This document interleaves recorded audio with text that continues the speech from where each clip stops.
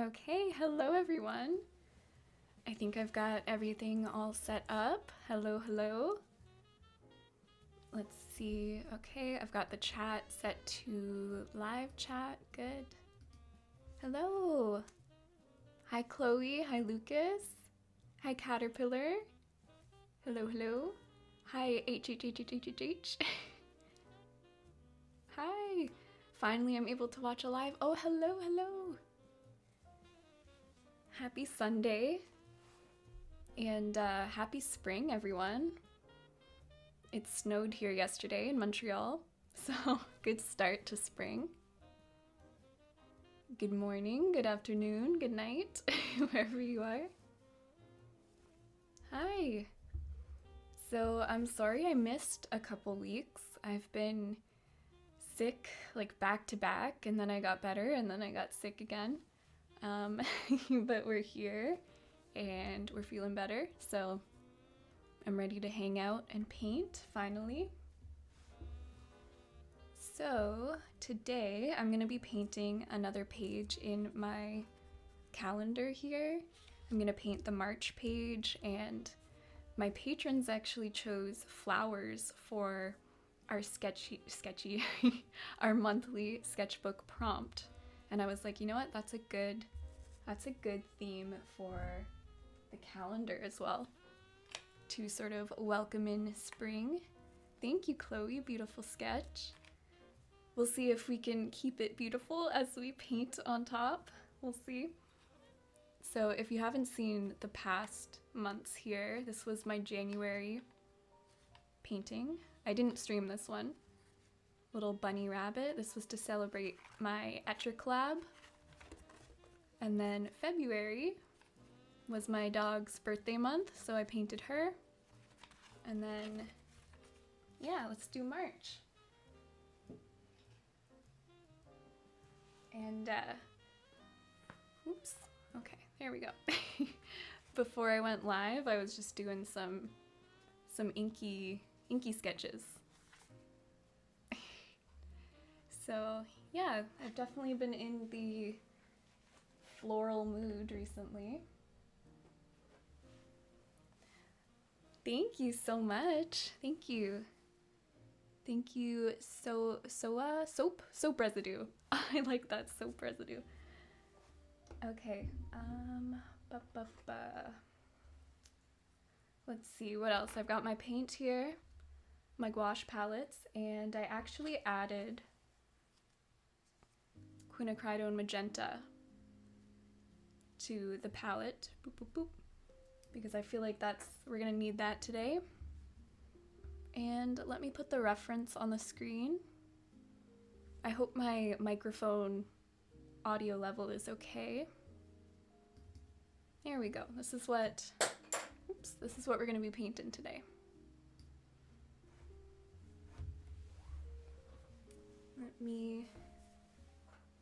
There we go.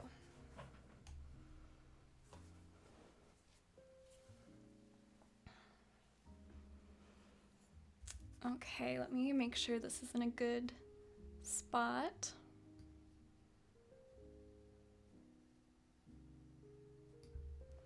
So I've been doing a lot of sketches of flowers, but I don't think I've ever painted one in gouache. So this is gonna be my first attempt, and we're gonna figure it out together.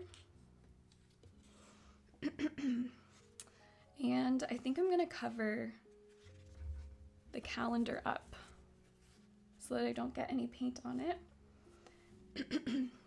Sorry for my voice, it kind of comes and goes. Very excited for spring and for hopefully less getting sick.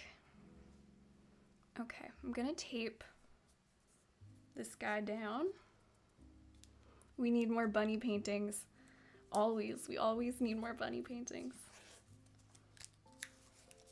I think if anybody's subscribed to my monthly subscription box with Craftamo, the bunny month box is arriving I'm slowly starting to see people receive their bunny boxes, so that's exciting. Where should I?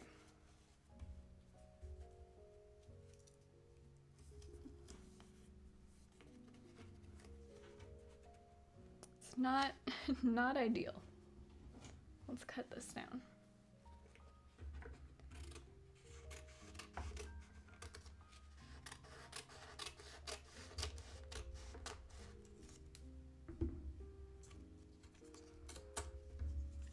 Okay. There we go. We don't have a professional setup here, guys. I'm just figuring it out as I go. All right, I think that's a pretty good setup. So what are you guys working on today? Are you guys just relaxing? Is anybody sketching at home or painting?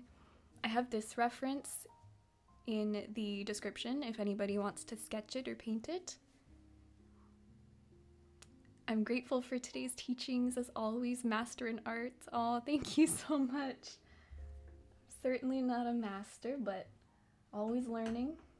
We're all always learning.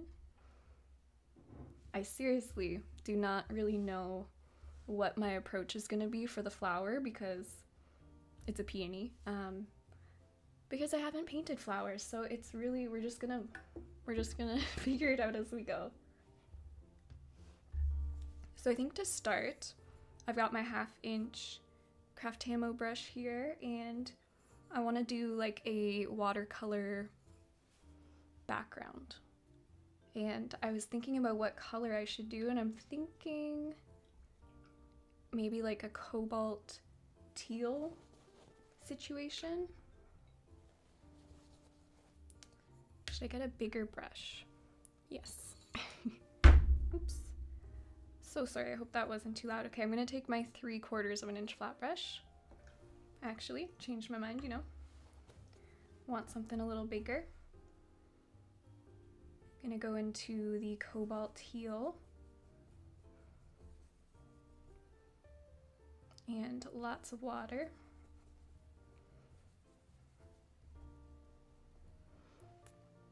Kiera, I hope I'm saying your name right, Kiera. I have a sore throat, trying to relax while watching you painting while drinking my trusty tea. Oh, I was there last week. Oh, hello, Lou. My dog just walked in. I was there with you last week with the sore throat, and yeah, tea does some wonders, so enjoy your tea, and I hope you feel better soon. Okay. As always, I'll paint a little bit, and then I'll check the chat, and then I'll paint a little bit, and I'll check the chat. And if I miss anybody's chat, please feel free to send it again, because I don't mean to, but sometimes I miss a message. Okay, so I've got sort of a cobalt color here, and then I added a little bit of a warmer blue as well. And I think we'll do a little combination here. Okay. So I sort of like when some brush strokes show from underneath. So I think I'm just gonna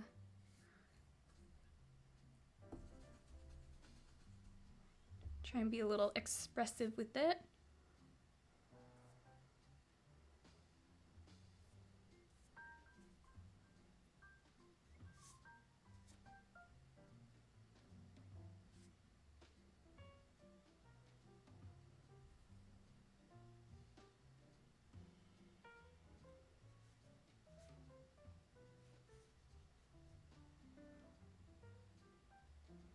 I really missed these live streams, so I'm happy to be back. I think that'll look nice. Might add a little bit of this warm blue. Oh, I forget what this color is. It's a Turner brand paint. It's like sort of like a violet blue, like a light violet blue. It's very, very nice. I think it's just ultramarine and titanium white, but I like having it in my palette.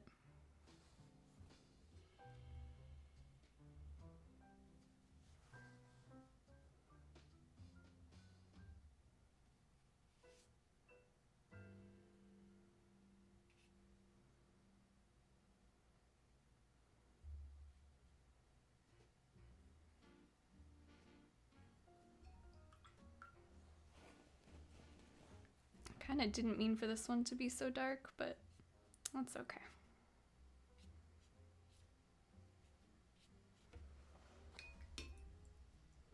All right, we've got a fun background to work with. I think I'll use my blow dryer just to get this dry for us, and then, yeah, I'm gonna mute myself for a second and then I'll read the chat.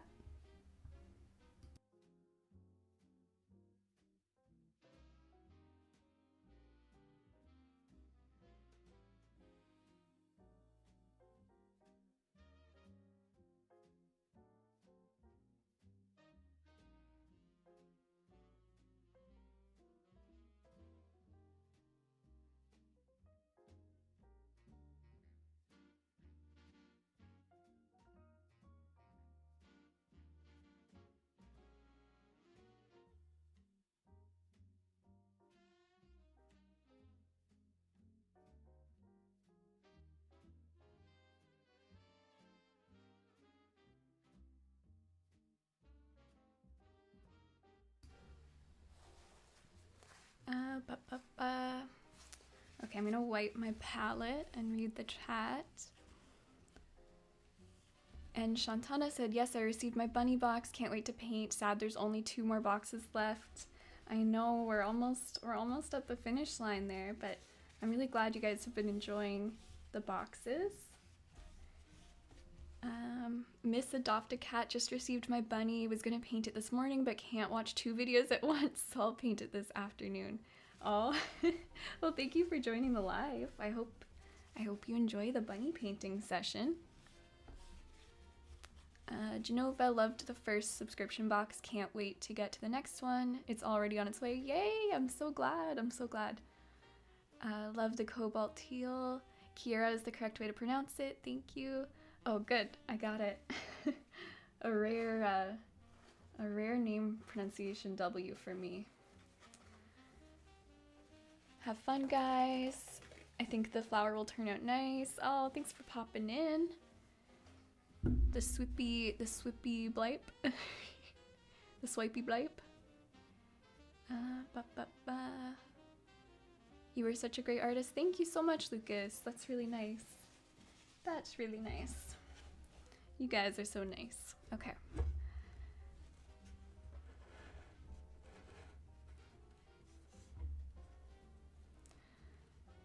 All right, as I said, don't really know what I'm doing, but we're gonna figure it out. I'm thinking I might do like an Opera Rose underwash here, just so that there's no like white gappy gaps peeking through. That might give us a nice base. I've got Opera Rose here.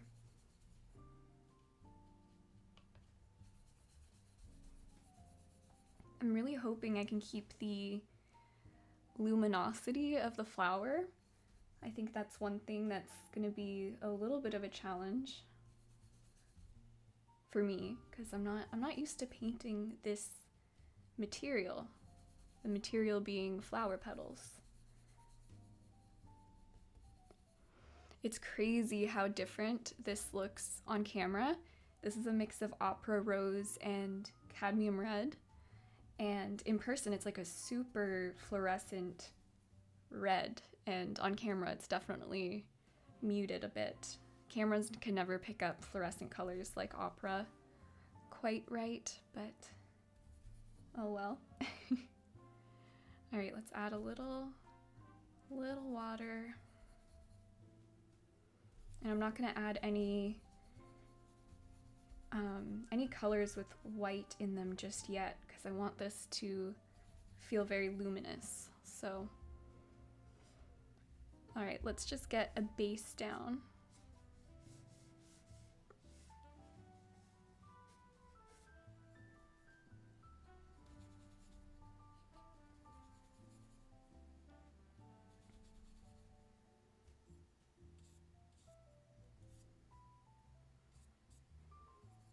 I would normally just dive right into opaque colors, but I think it'll help me to have a bit of a base here. The only problem is I'm losing my sketch, so maybe I need to be a little more careful.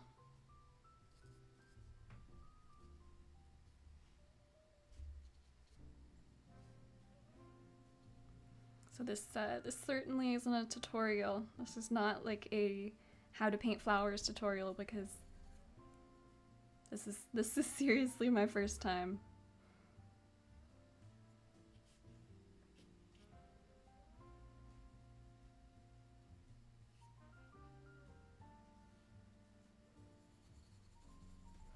Ugh, I'm losing my sketch, guys.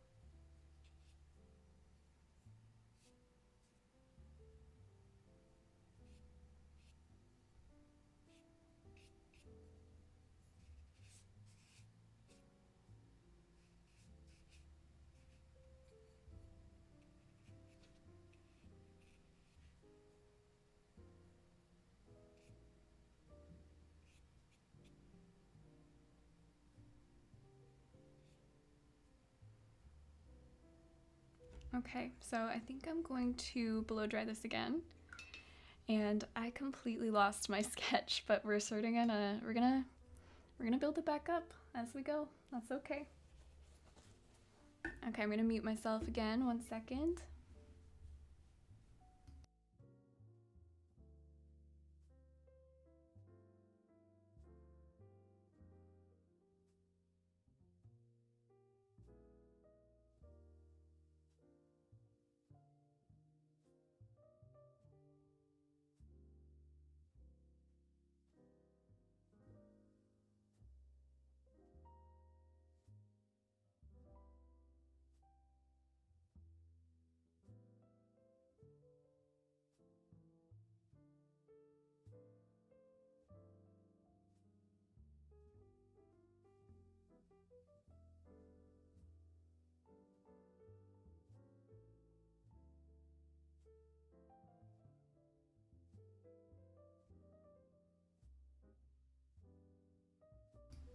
Okay, so I think let's just dive into more opaque gouache. Let me check the chat first. Hi Emily, oh Chippy, you inspired me to pick up gouache a few years ago and now I'm finishing a full sketchbook of it. That's amazing, oh my goodness. That's awesome. I hope you're enjoying your gouache journey. Zahara says, hi, how come you guys received the bunny box already? I thought it will be sent in April. I didn't get mine yet. I thought the bunny box with Etcher Labs stole my Craft Hamo bunny box didn't arrive. I'm in the UK. Yeah, that is confusing. So I did have a Etcher collab that was bunny themed with a sketchbook and a palette and a bunch of other goodies. But then in my Craft Hamo subscription boxes, I have I think it's month 4 is the rabbit painting, and some people are starting to receive them. I don't know much about the like shipping and handling side of things, because that's on Craft Hamo's side, but it definitely does vary when people receive their boxes.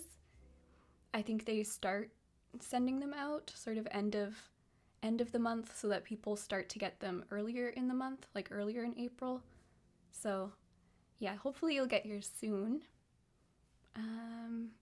Let's see. Hi Emily and everyone, good to see you're back with the live streams. Hello, thanks for joining us. Yeah, this might actually be my last live stream for a little bit, for a few weeks, because I'm gonna be traveling next week. And I'm gonna be gone for 3 weeks, so I'm really glad for the people that showed up today, but definitely won't be the last live stream. Like I will be back with live streams. House Riot, first time at Alive. Love your work. Happy Sunday. Thank you. Happy Sunday. Happy Sunday to you all. Okay. All right, let's do it. I'm nervous. I'm nervous. So I want to get into the shadows of the flower first.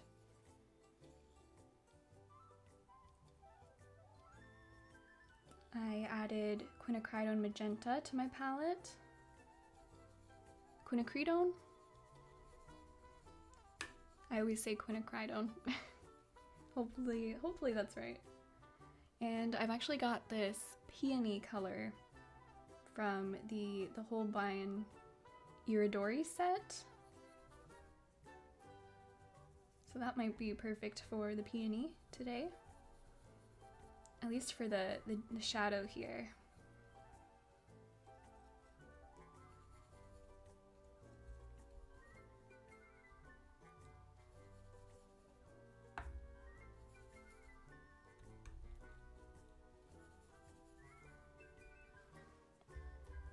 Alright, now I'm gonna have to find where that guy was.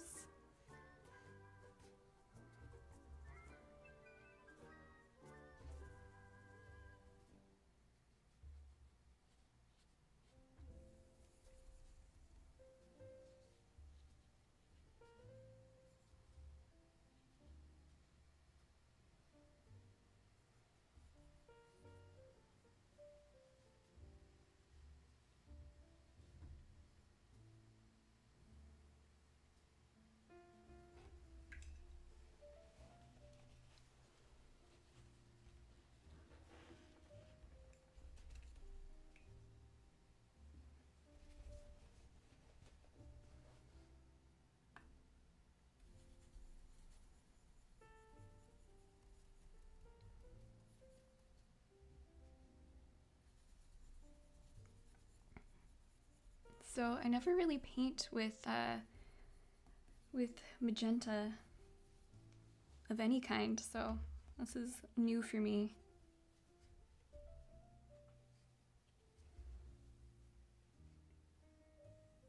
Ooh, here we go.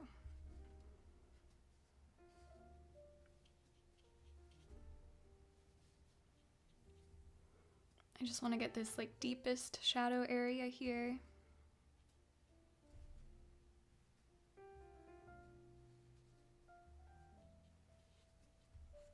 I keep looking up at the live stream feed and just so surprised by how different the colors look from in person.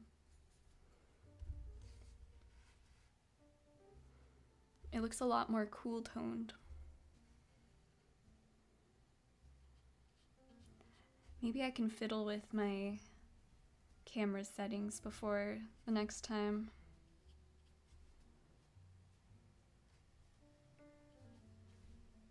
Yeah, it's definitely the white balance.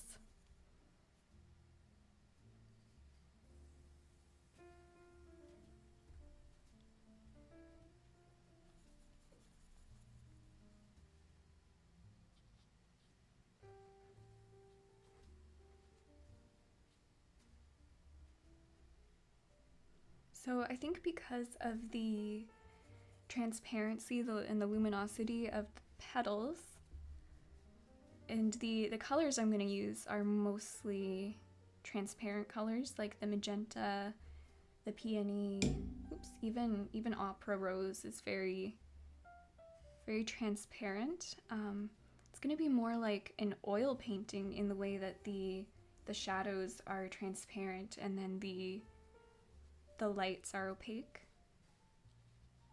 So we'll see how that goes.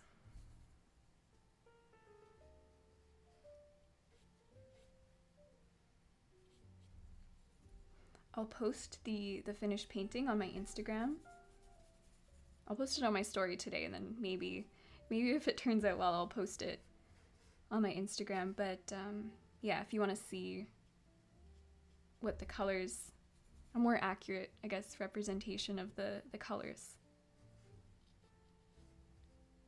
after the stream.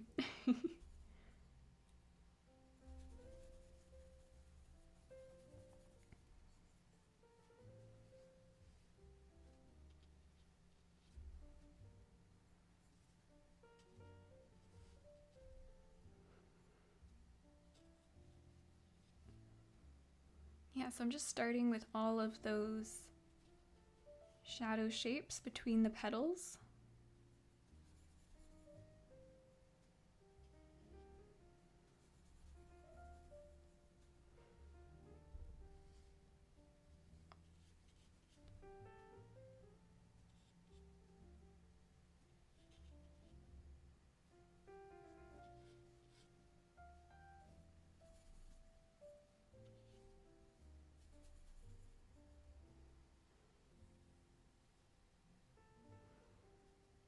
Oh, Madison says if you mix magenta and lime green, you get some really good skin tones.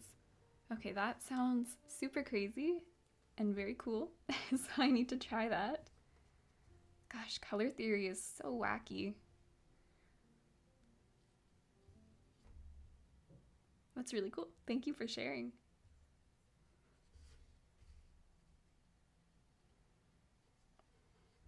I'll read more of the chat in a minute.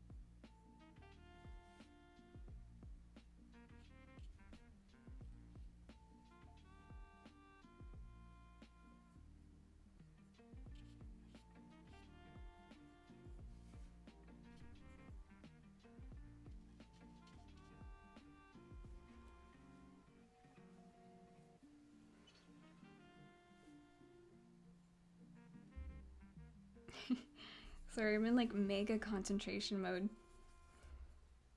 My brain is like trying to figure all this out.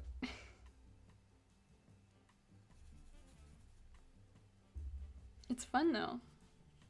I'm having fun.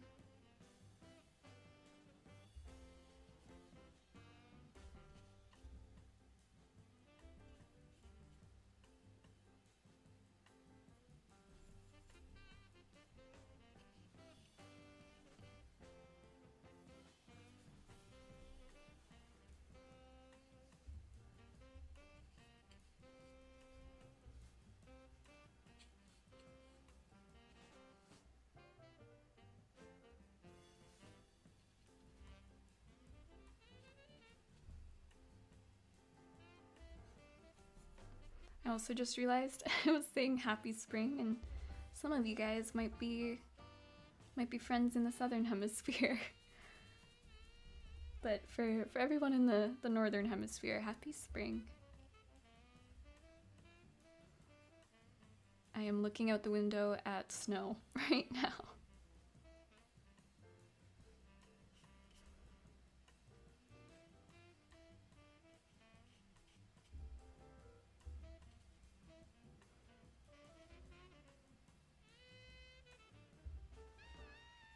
kind of bringing my sketch back in a little bit with paint.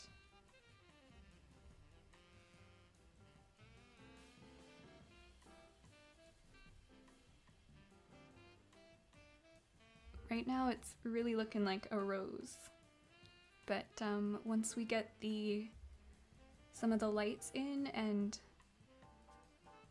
we'll show the shape of the petals a little bit better, hopefully it will look like a peony. I love peonies. Okay, that shadow's too dark.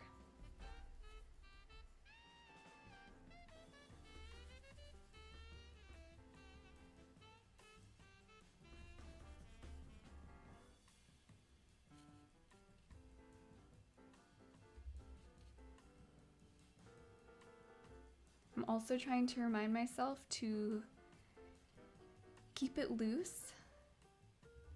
I want it to be a little painterly, but I also want to keep some more structured shape design. So that's always the challenge, I feel like, for me, is finding a balance between being painterly and then keeping like fun, structured shape design. Okay, I think we can start to get into some midtones. And also part of me is like, maybe I knock out those leaves now so that I can paint the petals on top. But I also really don't want to get into greens and everything. I want to keep my palette clean with the pinks, so I don't know, maybe we'll wait. Okay, I'm gonna read the chat. Let's see.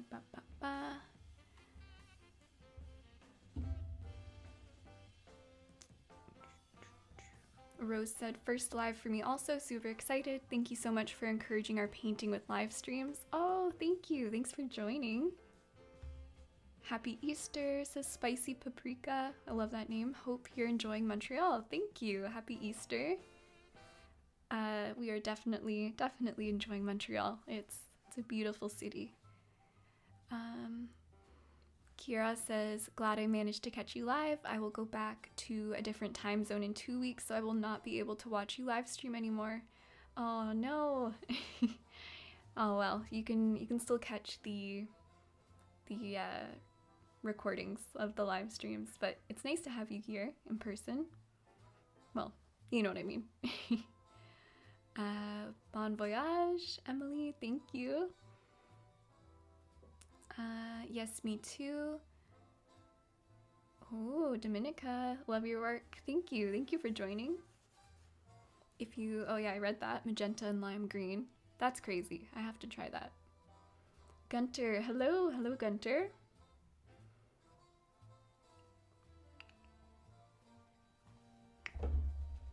Sorry for that big gulp. Miss Adopt-A-Cat, are you planning on painting a little bit during your trip? I am planning on painting a little bit during my trip. I actually finally ordered a plein air easel, so I think it's arriving today. I'm excited. I'm gonna do a little bit of painting, hopefully, and I'm hoping to film it, so we'll see. We will see. And I'm gonna bring my gouache. My gouache is coming. HHHHH says, Emily, do you have advice for small artists who paint portraits but sometimes they don't get the colors they want, the shapes, and the feeling of the portrait isn't what they want, and then they run into that blockage of disappointment and question their abilities? Oh, and then the drippy face. So I would say that I've been there, and every artist has been there, will be there. It's kind of just part of the painting game, part of the art game. Yeah, there was a long time where nothing I made ever came out the way that I wanted it to, the way I envisioned it in my head, because my skills weren't where I wanted them to be. And it's really just a matter of putting in the hours and just keep going and try and try and enjoy the learning process. That was enjoy and learn mixed together. That's endure. Try and enjoy it, and yeah, you'll get there. You'll get there. Just keep at it. Yeah, and even me, like, I have days where nothing I make turns out well, and yeah, those days just happen, and it's okay. But yeah, I would just say that you're not alone, and it's just every single artist has to endure that. So just keep going. Keep going, my friend.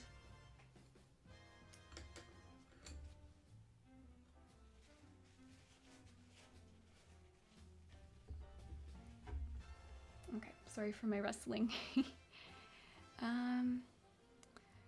Seeing shapes in the reference and not really the portrait itself helps a lot. For colors, it's all about having a base skin tone and shadow tone and or temperature variations.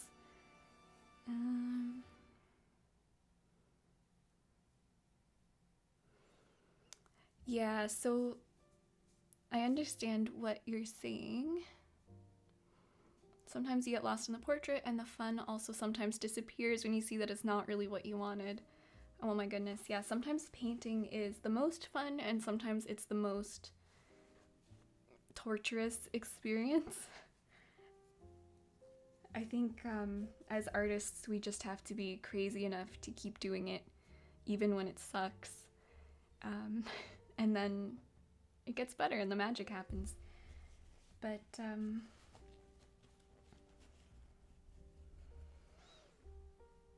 I'm trying to think of the best way to explain this.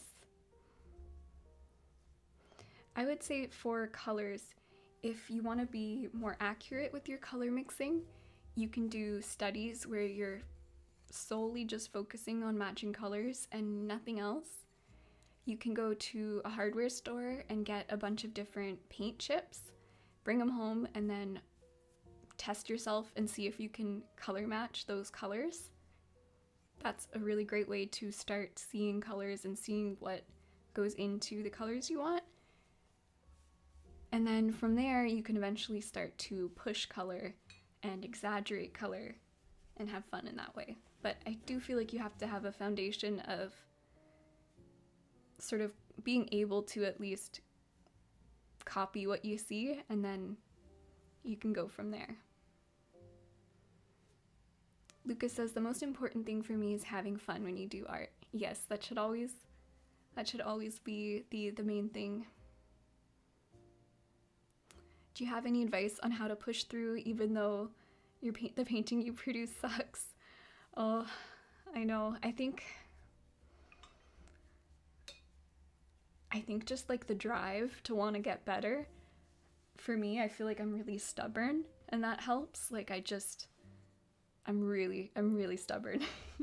And sometimes that's not good because I won't give up on a painting even when it should just be donezo. But yeah, I think just not giving up, even if that means putting the painting down and trying again another day.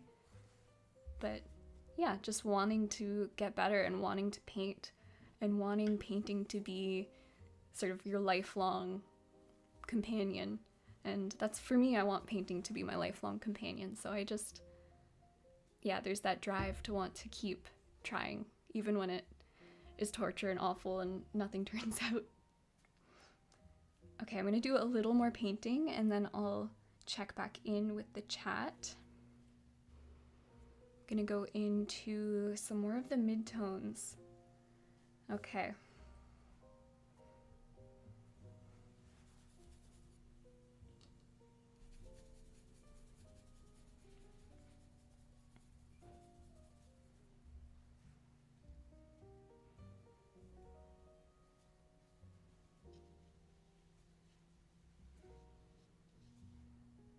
Like I said, the approach here, I don't really know what I'm doing, but we're gonna figure it out as we go.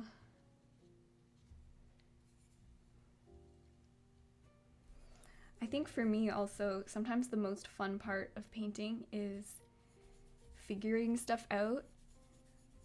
There's the fear of failure and the fear of messing up, but the challenge of it can be really fun.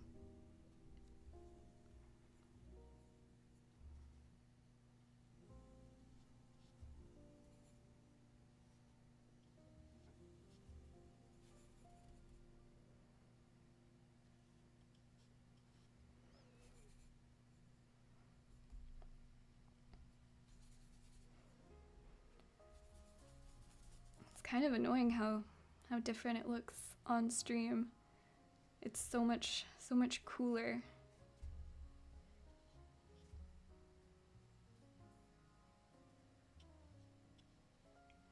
I guess just take my word for it that it's not so cool toned in real life.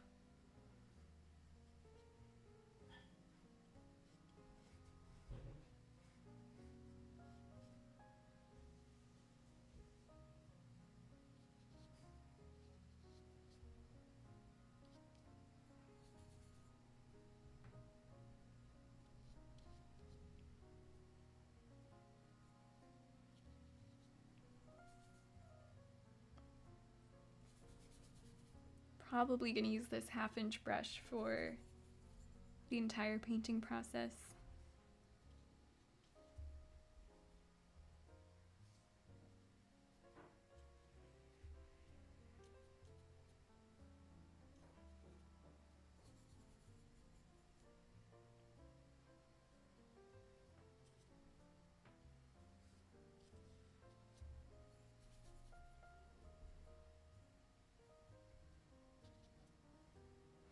If you guys are enjoying the live stream, it would be amazing if you gave it a like. That really helps me out. At least for me, I always forget that you can like live streams the same way you can like videos. But yeah, give it a little like, so hopefully more people can join us in the future.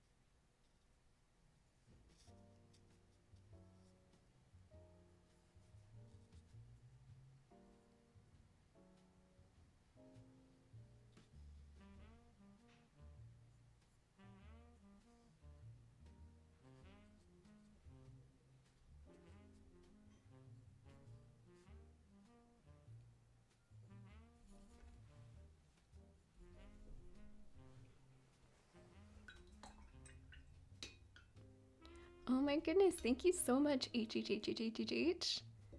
Thank you, that's my first super chat. Oh my goodness, thank you so much. That's so nice of you. I love the Shiba. Oh, thank you.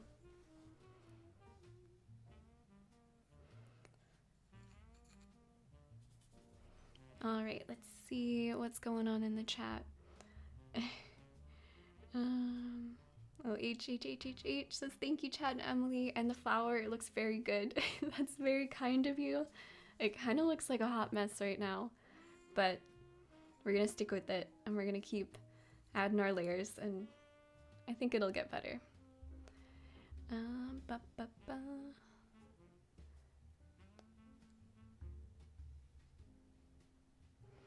DMG, hi Emily, been watching you for a while and love your work, inspired me to pick up gouache. I wonder what you would call your art style and why. Well, first of all, thank you. I don't know what I would call my art style. I feel like it's just an amalgamation of all of the art and the artists that I've enjoyed and that have come before me. I think there's always a priority for me for shape design. So I don't really know what it would be called, but shape and color are at the forefront for me.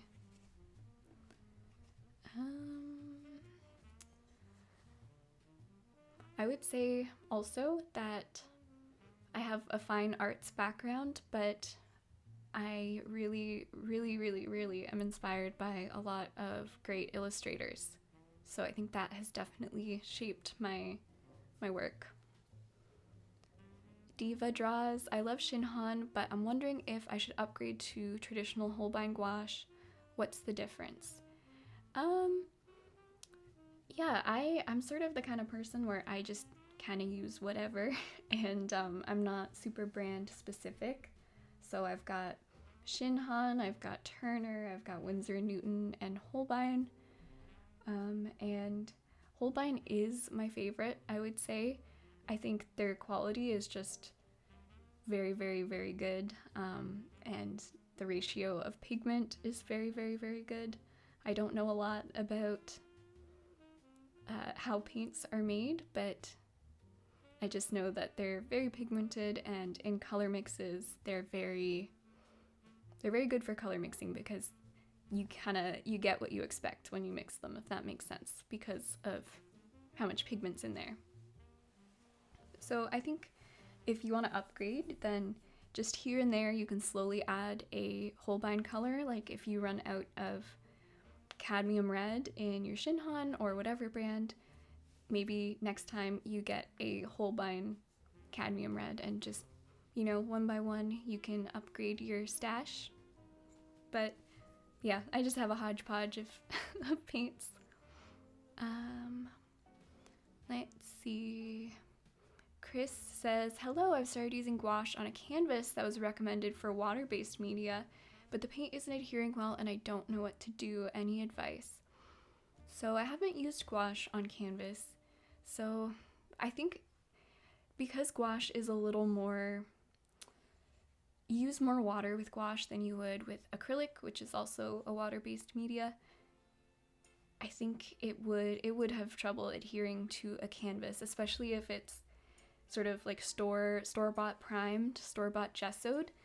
They can be the surface can be very smooth, almost not shiny, but very smooth, and there's not enough grit for the gouache to stick to. Gouache really likes like a paper, a textured paper. So you could add like a watercolor ground on your canvas. I think that would be good to get that sort of more gritty surface to use gouache. But especially if you're just starting with gouache, I'd recommend paper. Get some watercolor paper. It doesn't have to be fancy, 100% cotton. You can get cellulose watercolor paper. It's very affordable, and I use it all the time. Great for gouache. That's my advice. Oh, Liza, hello, Liza. Looks great. I've missed you so much. I'm always a bit scared of florals. They just confuse me.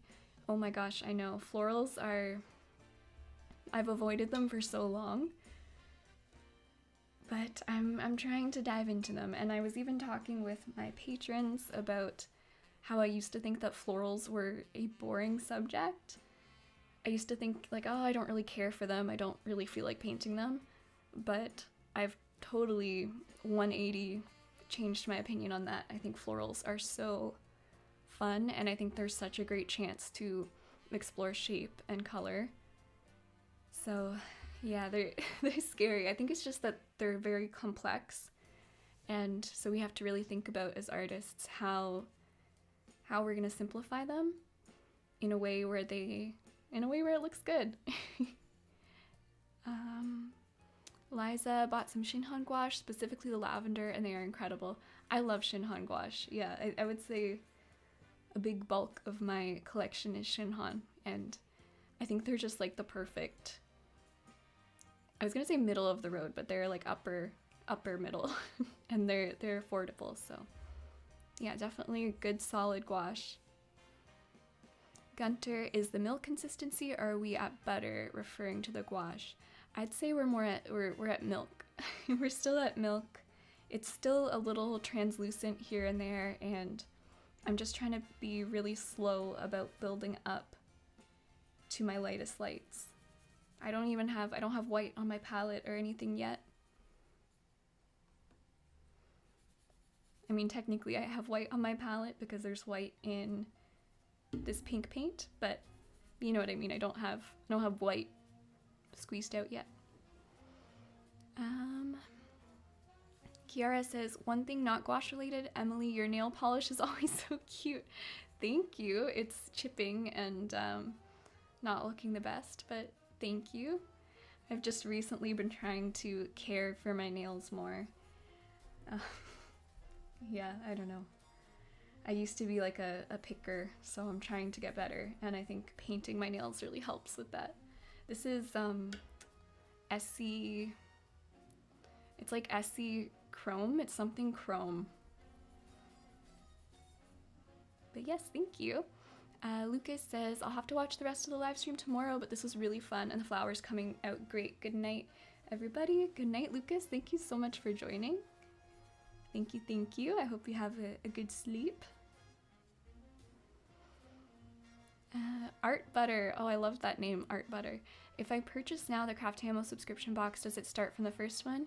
Yes, so it does start from the first one, and we've just decided to keep the subscription box open for anybody who wants to join and, you know, start from the beginning, because we've just had a lot of positive feedback and we want to keep it available for anybody that wants to take part. So yeah, if you subscribe to the subscription box, even now, you will start at month 1, which is good because they build off of each other.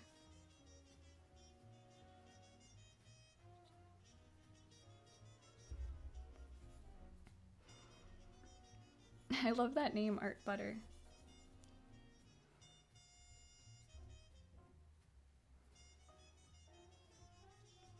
Yeah, I'll have my Craft Hamo subscription box linked below, and also just my original Craft Hamo brush set, which I always use my Craft Hamo brushes.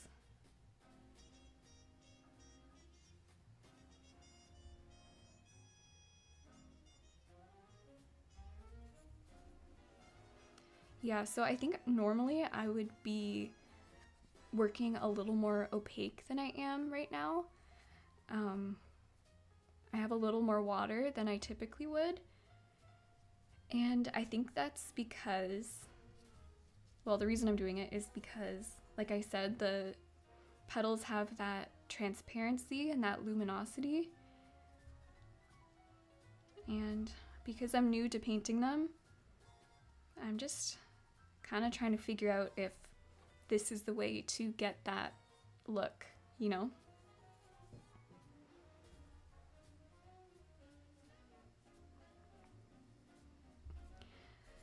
I realized that I love making my shapes a little more geometric and blocky, but with the peony, if I do that, it's gonna look like a rose. So I have to pick and choose, and I do need to round out some petals, you know?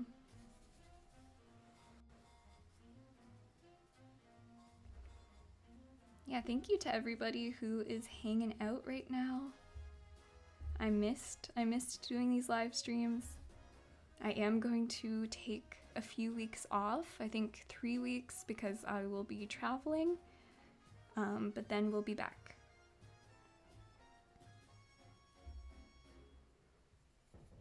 And I'm still trying to figure out if I should do them every week or if I should do it like every other week. I'm not sure. I'm not sure.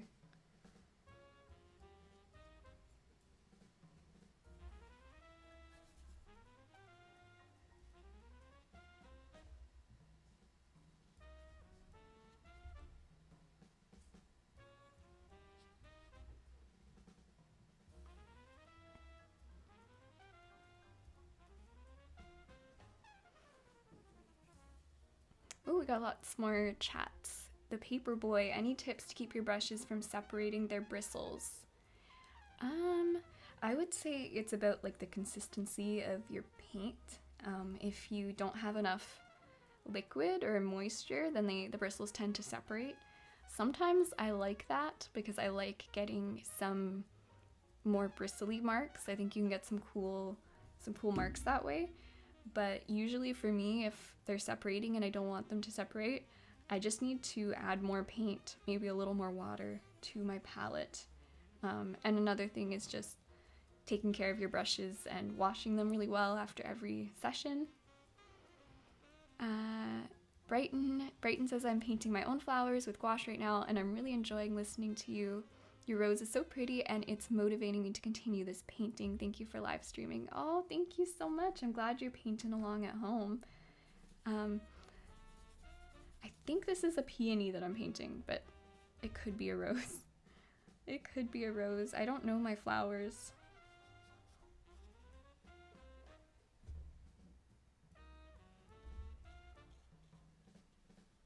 There's also so many species of roses. I went to a flower festival once and there was like a whole rose competition, like people that grew roses. There was a peony competition too. But yeah, the roses, it was really interesting because there was so many different shapes and types, and there were roses that I wouldn't have even known were roses if they weren't labeled for me.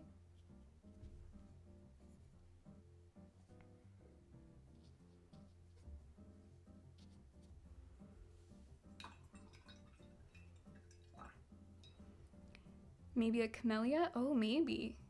Am I saying that right? Camellia? Flower experts, tell me what this flower is. Do you still use your Hemi gouache? Gunter asks. I haven't used it in a long while, and it's not because there's anything wrong with them, it's just because I'm so used to my gouache setup here. But yeah, I haven't opened them in a while, so it would be interesting to see what's going on beneath the lid.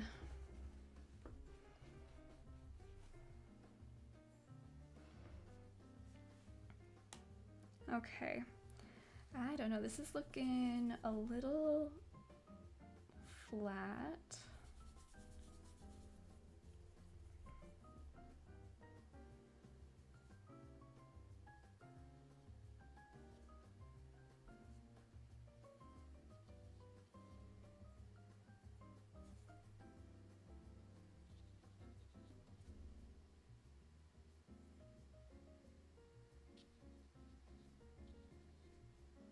This is such a new world for me, painting florals.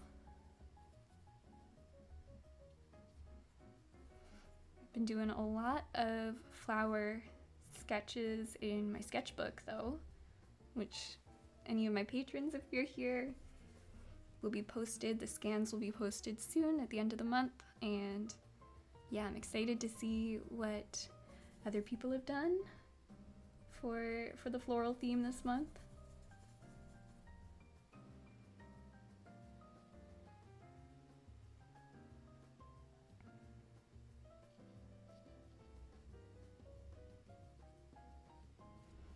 And I posted some artist inspiration, some artists that paint florals that I really like over on Patreon, and yeah, I hope that gave everyone a little inspo.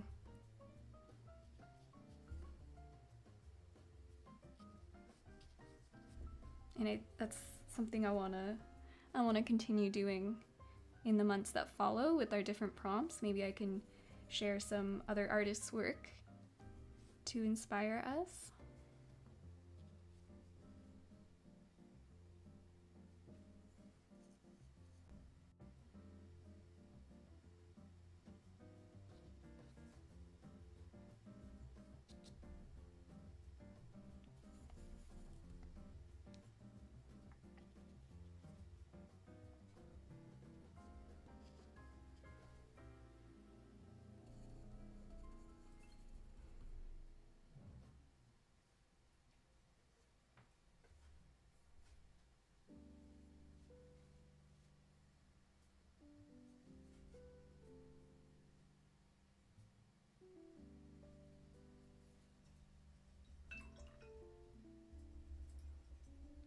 Oh, camellia.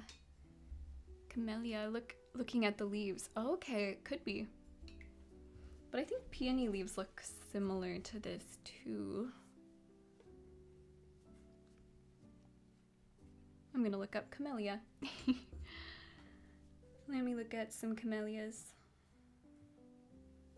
Oh.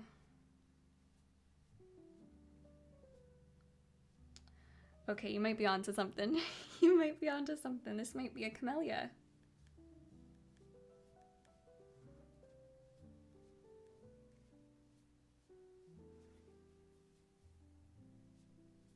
What do we think?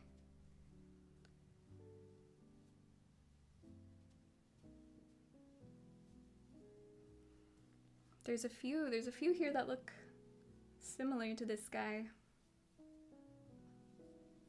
Here we go. Here's a white one. You're right. The leaves are similar. This might be a camellia. Thank you for your flower knowledge.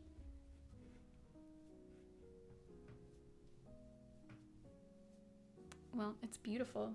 It's a beautiful flower. I like to put a little bit of soap in my paint water to clean my paintbrushes. Oh, interesting. That's very interesting. In art school, we were taught to use dish soap to clean our brushes, especially our oil brushes, and I still do that to this day. And then if you get a dish soap that is moisturizing, you know how they sell those dish soaps that are supposed to not dry out your hands as much? Those are actually really great for cleaning and moisturizing your brushes as well, keeping them from drying and splitting and stuff like that.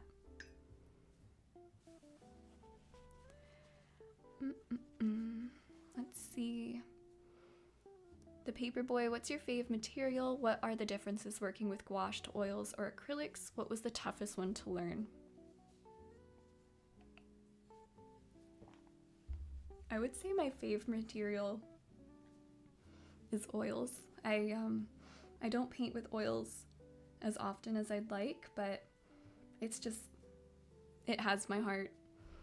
But the material I use the most is definitely gouache, and I've just fallen in love with gouache. I'm not the biggest fan of acrylics.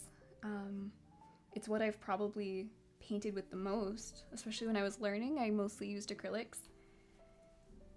But yeah, I don't really like how quickly it dries, and I don't really like how it looks when it dries. It's kind of like a little shiny. I think for me the toughest material to learn has been watercolor, and that's an an ongoing struggle, but I love watercolors too.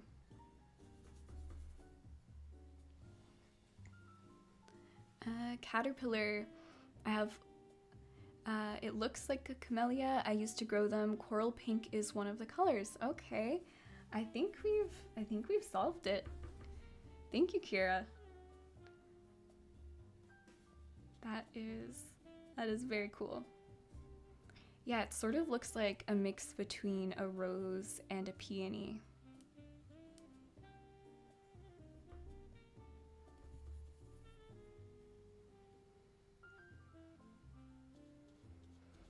I just realized I have a coral Gouache, it's the Turner brand, and it's a coral color, and I should have brought that out for this painting.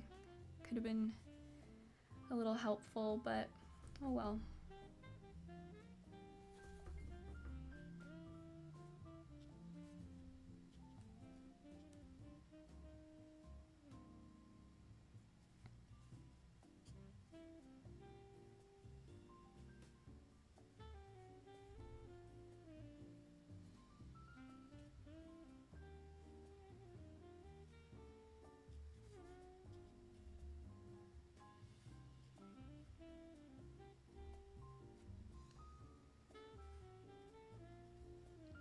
I would love to grow flowers one day. I think that would be so nice.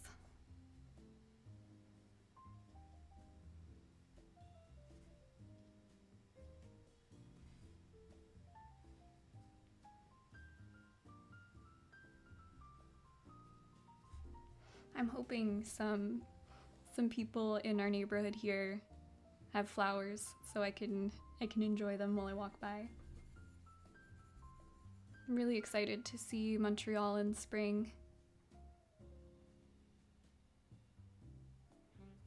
But oh my goodness, the oops, sorry for bumping you. The groundhog lied to us. I think the groundhog in Quebec I think his name's Fred, and he said that we were gonna have an early spring, and Fred, no. It's still winter.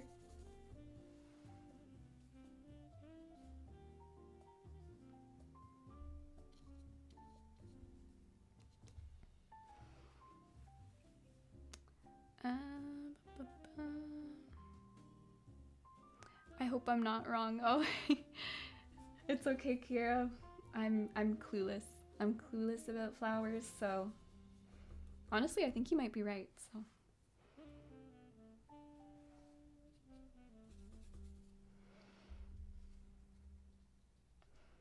And if you're wrong, then, you know, the flower police are gonna come get you.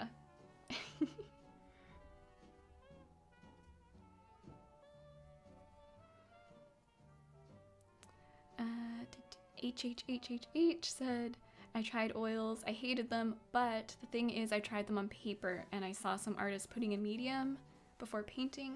Oh, did you just go on unprimed paper? I think that would be not very enjoyable, especially for just starting out with oils, because the paper would just suck them up like a sponge, and yeah, that would be horrible. Yeah, try, if you want to try oils again, try painting on like a gessoed paper or a gessoed canvas. I like to do 2 or 3 coats of gesso, and you don't have to do this, but if you sand it, it's really nice. It's really nice to paint on. But Legion paper also sells an oil paper. It's like a paper that you don't have to prime. It's just ready to be painted on, and that's a really nice painting experience too. And it's great if you're if you're lazy like me. It's probably something that really holds me back from painting with oils is the prep.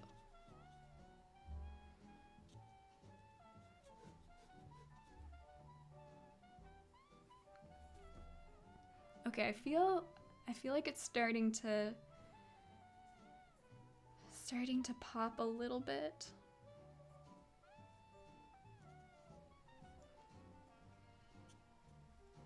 I don't want to go too crazy with details.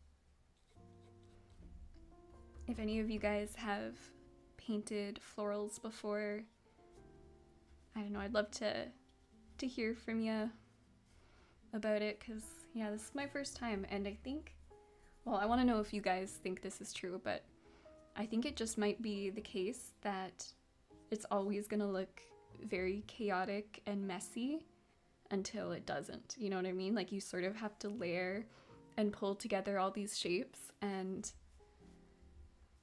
I think there's always gonna be like an ugly stage of just chaotic, jumbled shapes.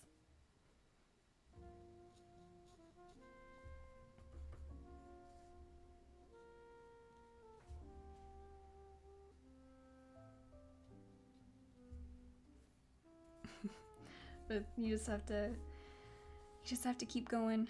We're cooking here.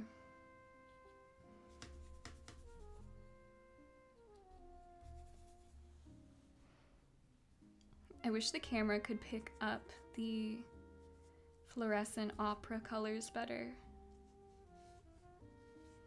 Not a super light fast color, but I think it's really wonderful for florals because it has that luminosity.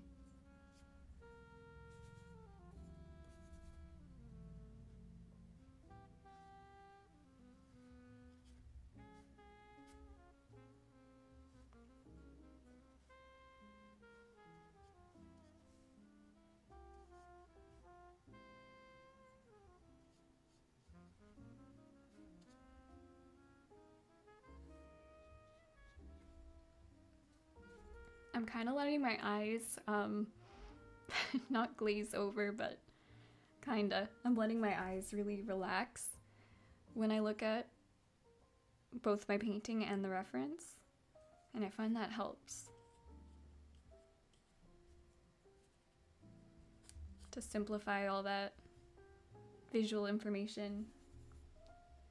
It's overwhelming, as Liza said earlier. It's a lot to process.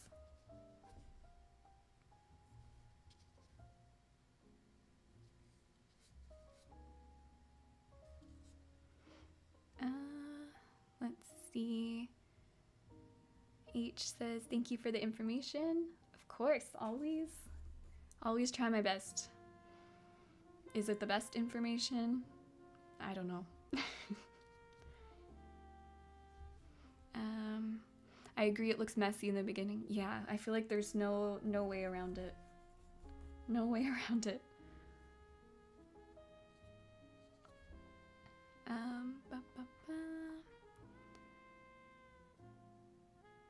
Rose Wild said, good point to look at the leaves to help ID. Totally.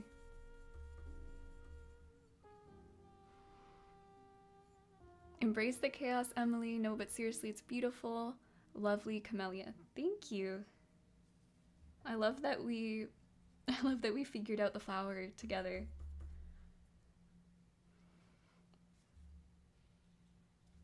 I totally said on my Instagram that I was painting a peony and just lied to everybody.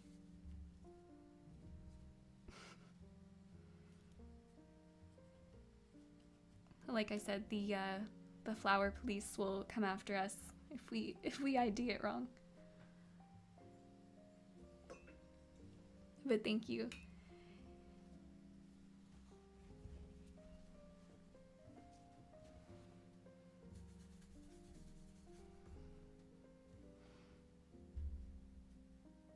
So I do kind of want to get those leaves in. I feel like it will take this to the next level.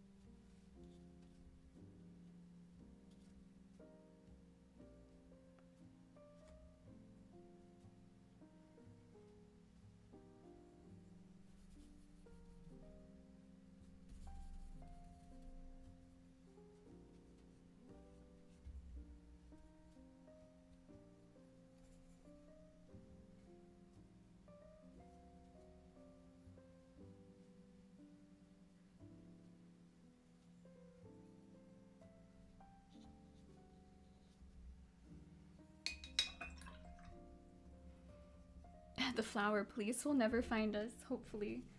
Yeah, I'm in hiding. Emily's not even my name. They'll never get us.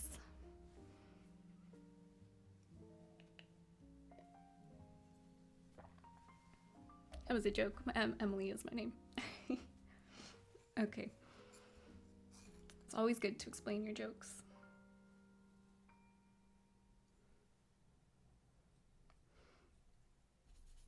You know what? I'm not going into those leaves yet because I don't want to pollute my palette. And I want to get in some more highlights. But we're going to be smart about it. We're going to think it through. I'm not gonna place strokes willy-nilly.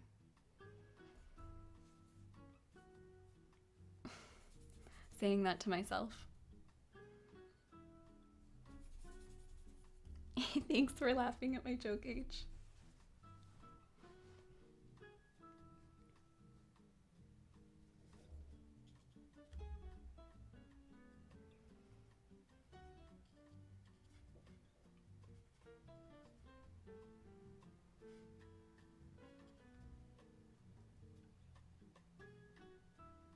It's almost time for my second fave part, the leaves. I know, I'm scared. I'm scared to do them. But I do think it'll make this guy pop and come forward. Okay, bumped the camera. Being aggressive today, I keep bumping the camera. It's because I haven't live streamed in a couple weeks. I'm just aggressive with you guys.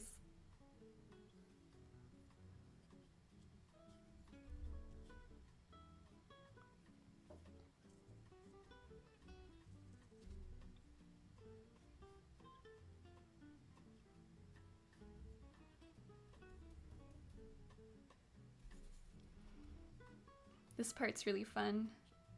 Adding in some lighter lights, a little less water, a little more opaque. So I think, and keep in mind this is coming from somebody who has just painted this one flower. I think the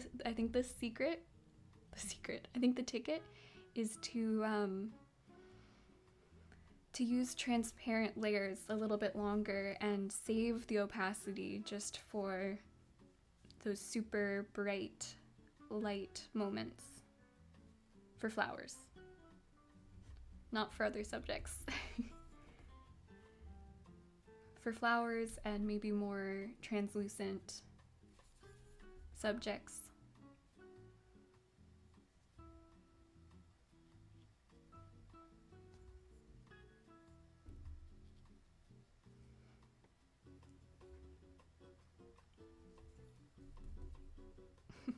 I think, you know, after painting this one flower, I could teach a class now.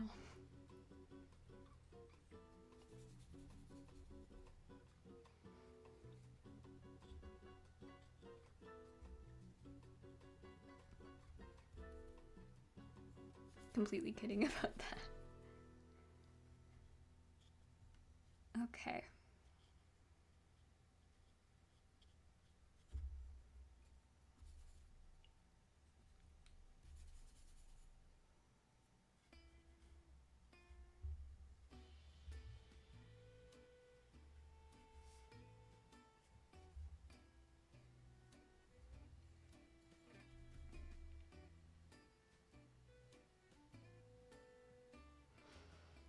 DMG says, I feel like for me, flowers always look like a hot mess until they don't.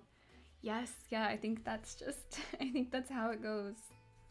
It's a mess, chaotic, and then it's not. DMG, don't be scared, embrace the green. I want to eat the flower. Thank you. Don't eat it. Daniel. Hi, Emily. Hi. Hi, Daniel. Thanks for joining on this fine Sunday.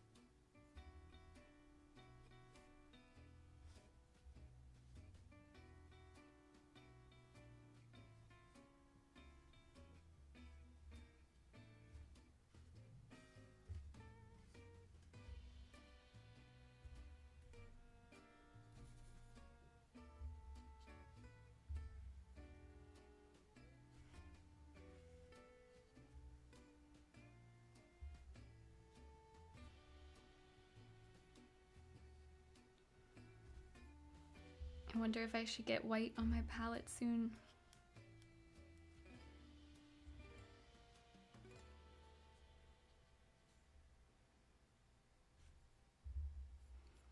I want to save it for the very end because there's just a few petals that are super, super bright.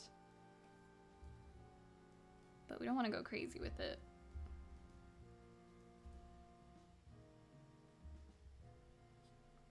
Okay, I think, as DMG said, we gotta go embrace the green, get into those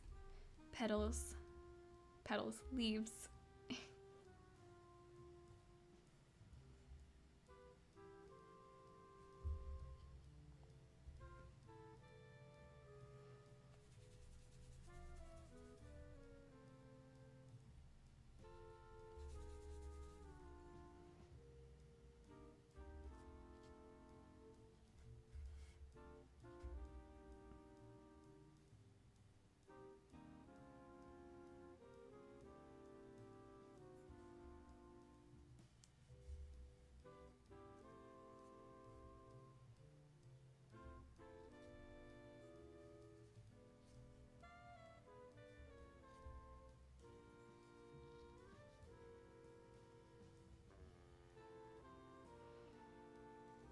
Okay.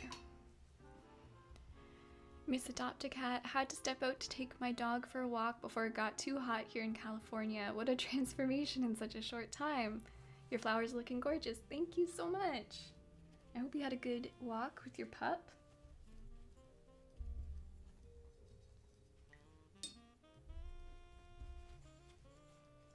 Gotta be careful with that word. My dog's right under the desk.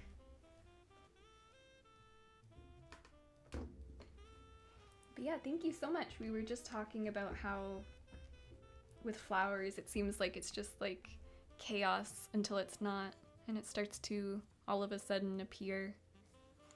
Okay, I think let's get into the leaves. I'm gonna wipe away a little area on my palette.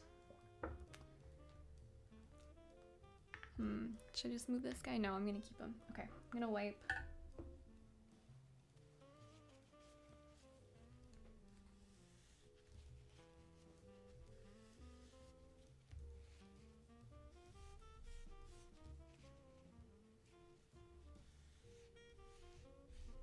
Yeah, I'm nervous to get into greens. I think if there was any color that I struggle with, I would say it's greens.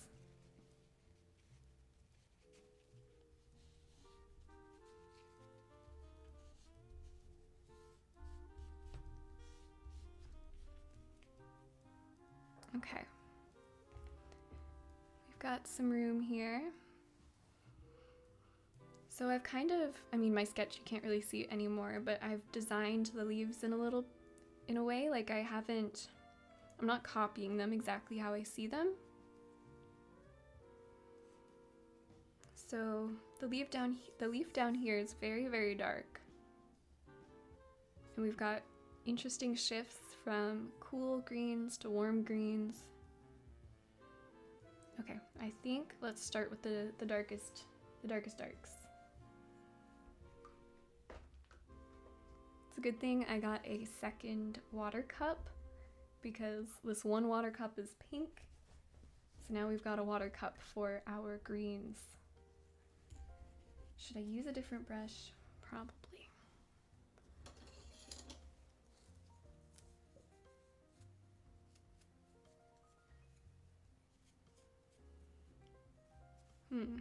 Smaller? I hope this isn't too loud.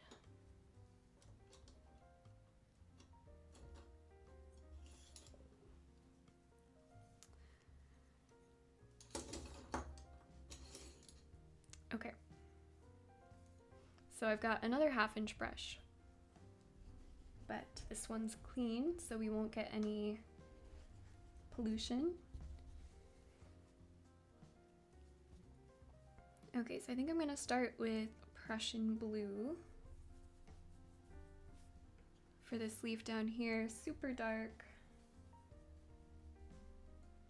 I'll add a little bit of lemon yellow.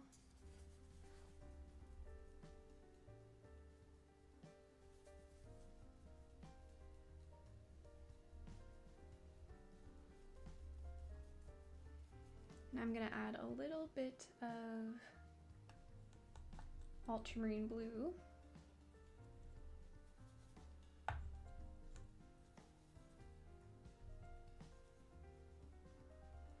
And a teeny bit of this peony color.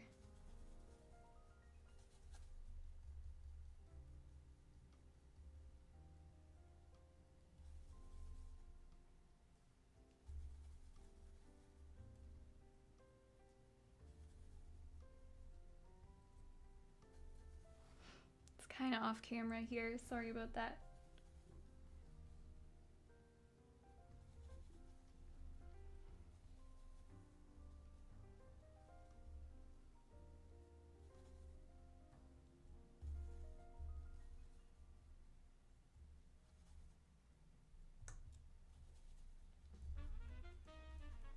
Okay, I think that's good.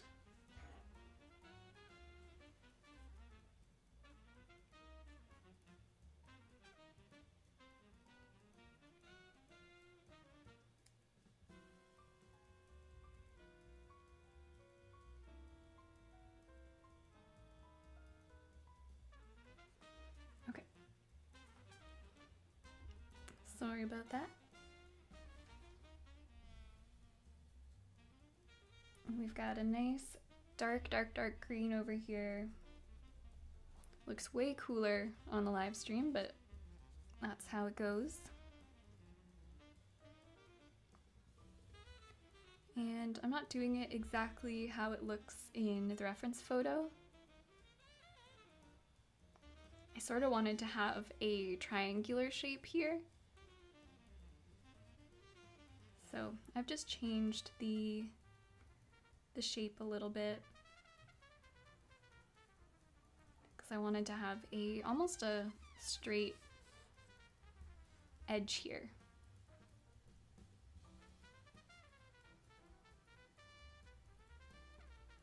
A straight vertical edge, I mean.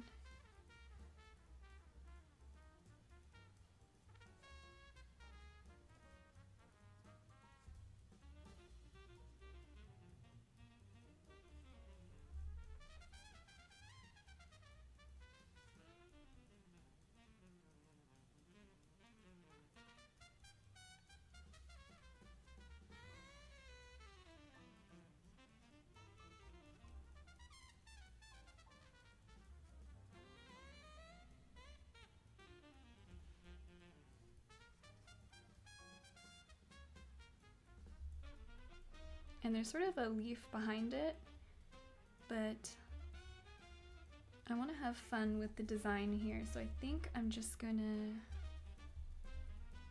get a little more Prussian blue there and just gonna do like a shape. Yeah.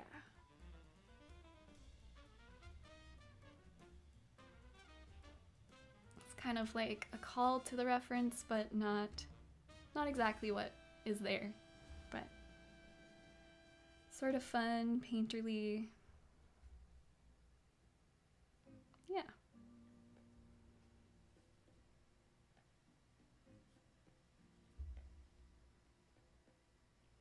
Okay, now we can get a lot lighter with it for the other leaves. H said, it really does look beautiful and it's not even finished. Thank you so much, H. Thank you, thank you. Rose agreed. Thank you for sharing your experience with different mediums and techniques. Invaluable info, much appreciated. Oh, thank you. Thank you for being here and listening.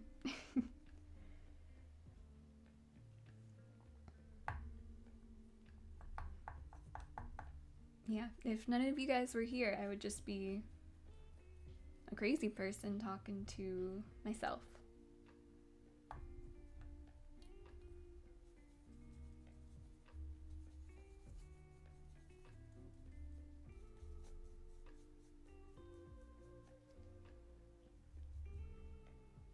And I guess nothing wrong with that. But I am glad you guys are here.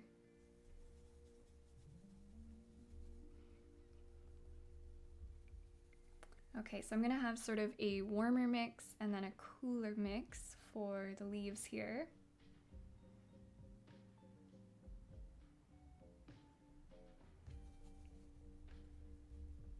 And both of my mixes look pretty darn cool on the live stream, and I guess they are, but you can sort of see this puddle here is a little cooler than this one up here.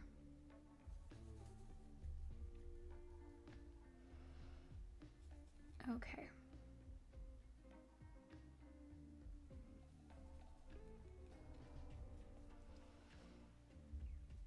Start with the cool. And we'll start dark and we'll get lighter. Wow, that looks so much darker. Add some cobalt teal. Get some teal in there.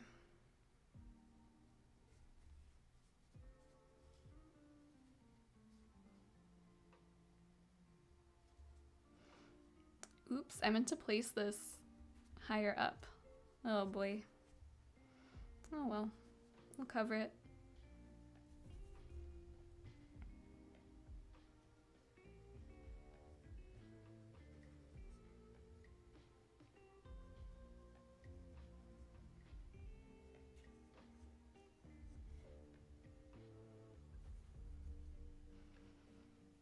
See, if I did these earlier, I wouldn't be having to dance around these petals so much, but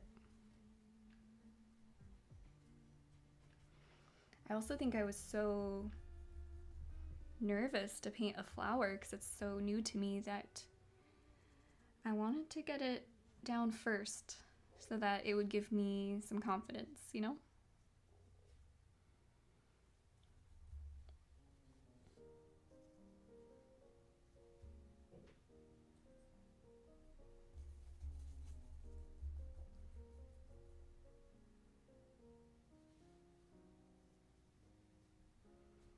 Oh, thank you to the subscriber.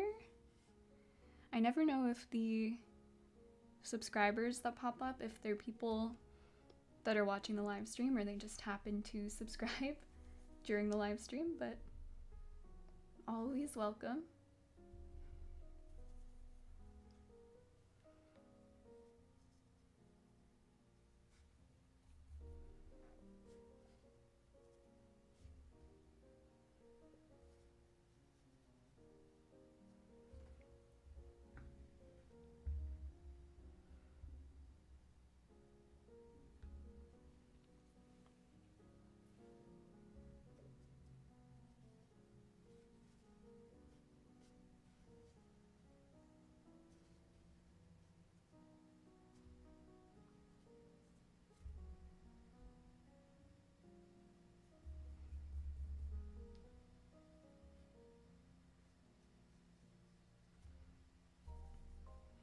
I have found recently, not even super recently, but like the past year or so, I have just really loved painting leaves.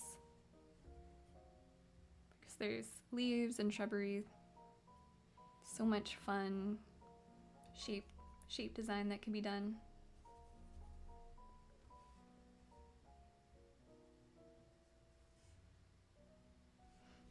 I still want to try mixing lime green with magenta to see if that does make a nice skin tone, as one of the chatters said. It's super cool.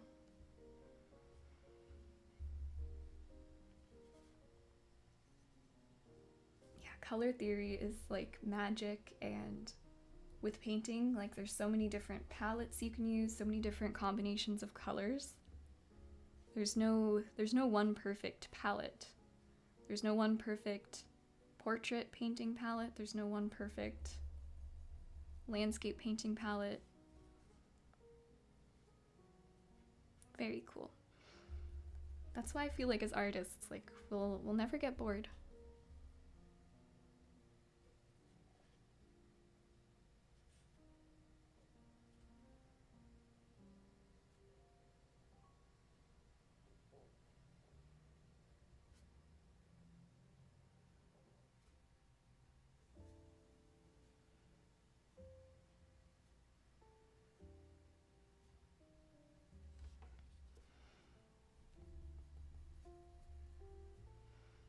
Might do like a little triangle shape here.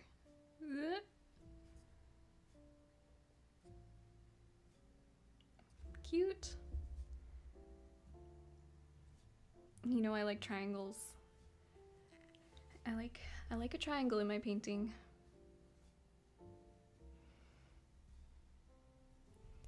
Rose said, your live stream is like a class, grateful for the opportunity to learn through experience of painting along with you. Oh, thank you so much, Rose.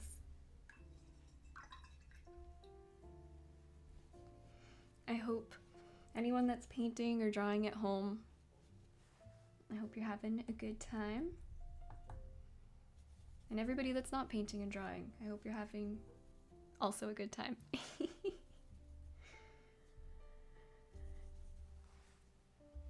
Also a splendid time. So it's kind of become a tradition. Can it be a tradition if this is only the 5th live stream I've done? Or the 5th Studio Sunday I've done? I don't know, but it's kind of become a tradition that I make you guys listen to the books I've been reading recently.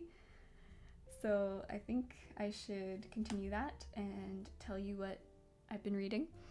I just finished a book called Waiting by Ha Jin, and a Chinese author, and it was so good. I gave it 5 stars.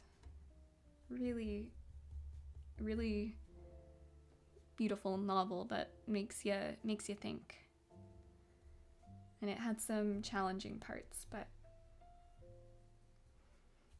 certainly not a feel-good novel, but beautiful nonetheless. And yeah, enjoyed it, even though it wasn't a light-hearted read by any means. What else? Still slowly working through the giant tome books of Jacob.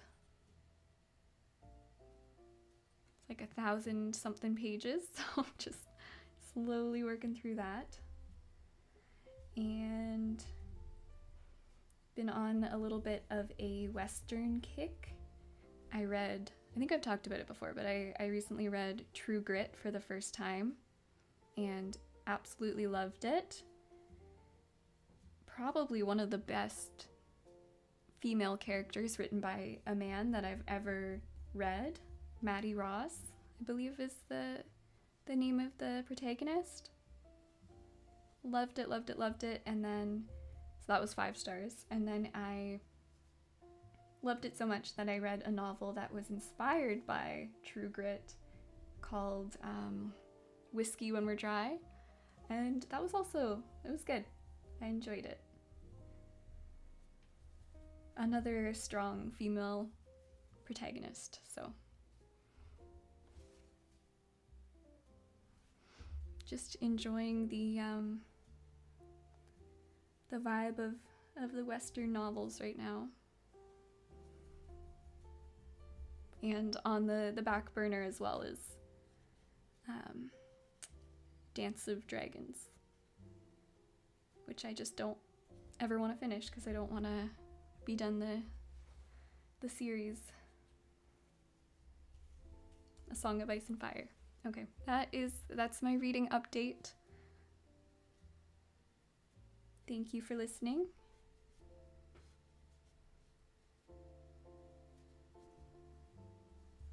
If anybody else is reading anything good, let me know. Let's see. Liza says, starting out painting gouache, let me relax and just enjoy it. Perfect. That sounds perfect.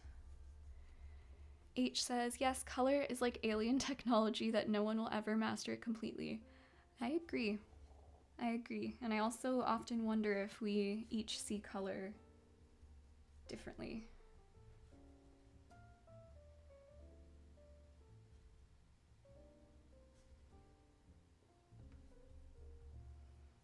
And the way color changes so much depending on the lighting you're looking at it in is just, it's wild.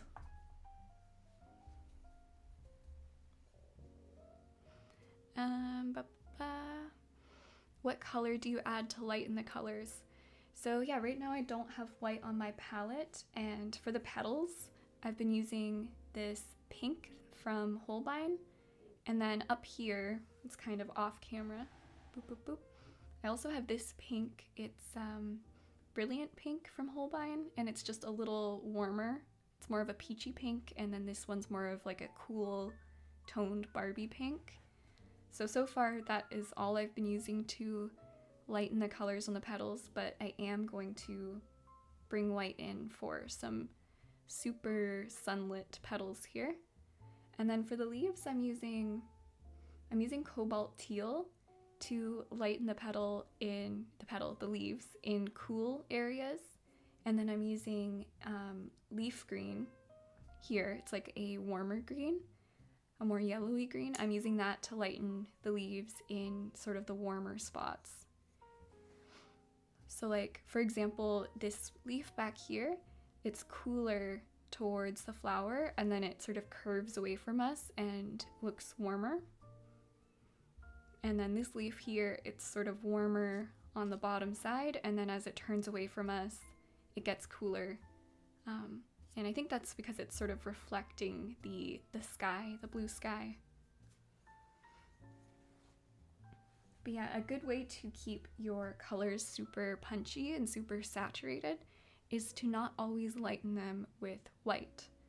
To lighten them with colors instead, like lighter colors instead, that will keep your lights very vibrant. Sometimes you don't want that. Sometimes you do want to get lighter and duller, and in that case, white it is, or you can use a lighter complementary color. So like if I used a light pink on this leaf green, I would lighten it, but I would also take it more towards gray because it's on the opposite side of the color wheel from green. That's my super quick color theory lesson.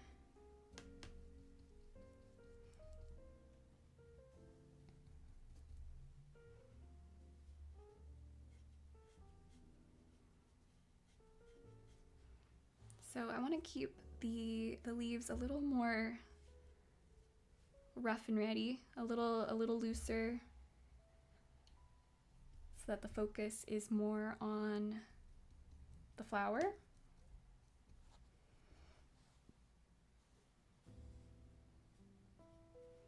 So I don't want to get crazy with details, I just want to sort of squint and put down what I see.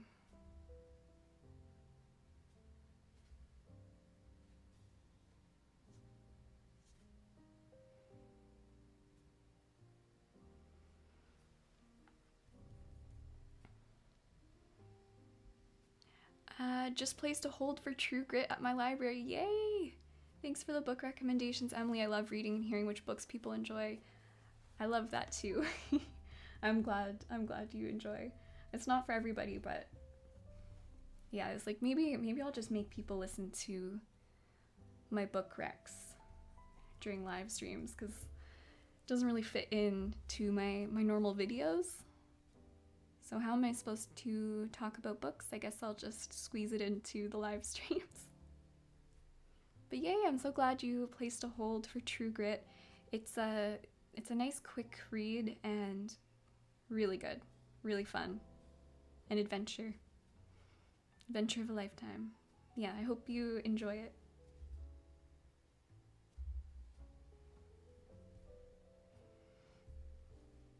It's not super often that a female character written by a man feels truly like a female,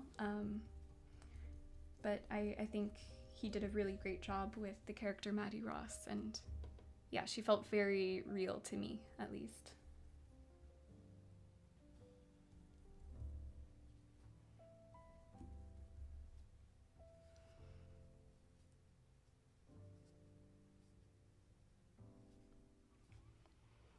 Ba, ba, ba.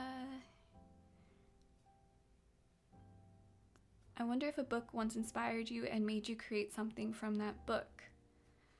I feel like certainly it has. I can't think of something off of the top of my head, but I feel like especially in my sketchbooks, I don't know, I feel like my sketchbooks and the books I'm reading kind of go hand in hand with, you know, the mood I'm in and the things that I feel like drawing. So I think certainly books have inspired my art before. I've also sketched authors, some of my favorite authors before. And I'd love to do more paintings of authors.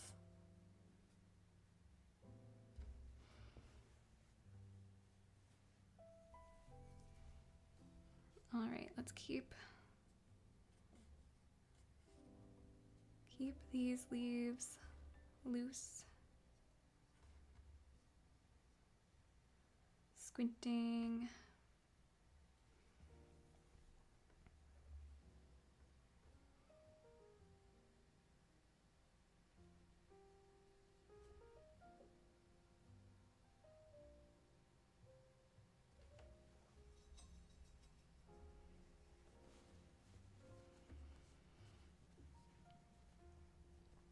I think the art challenge that I'm constantly doing is painting with a brush that's maybe a little too big and not using white for as long as possible in my paintings.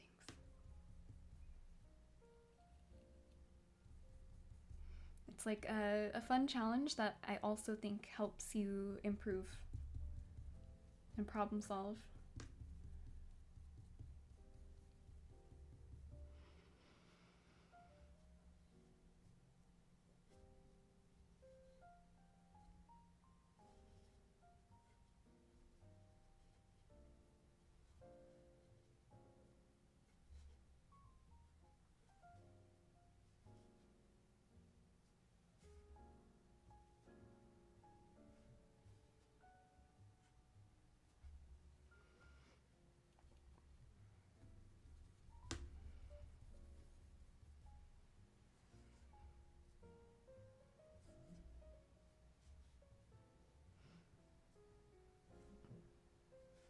That being said, I do think I might need to add some white on my palette.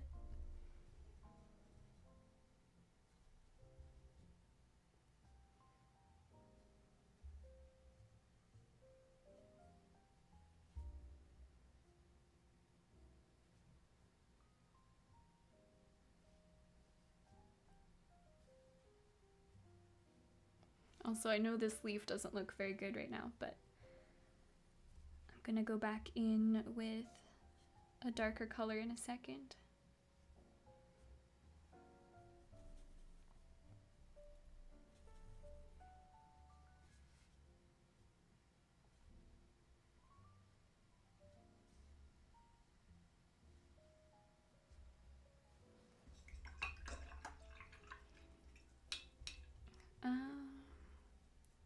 Can you do a video going over your setup for the stream?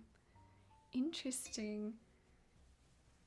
I wonder if I could do, maybe not like a full video, maybe like a reel or a short or something. Cause it's not too complicated, but yeah, I could do like a short form video or something explaining how I do it.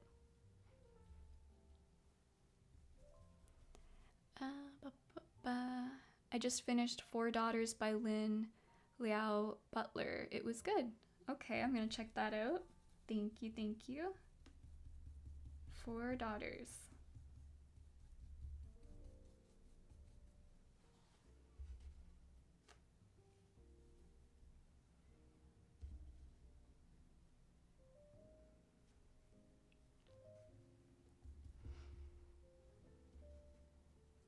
I'm always drawn to books that I see on Goodreads that are very divisive.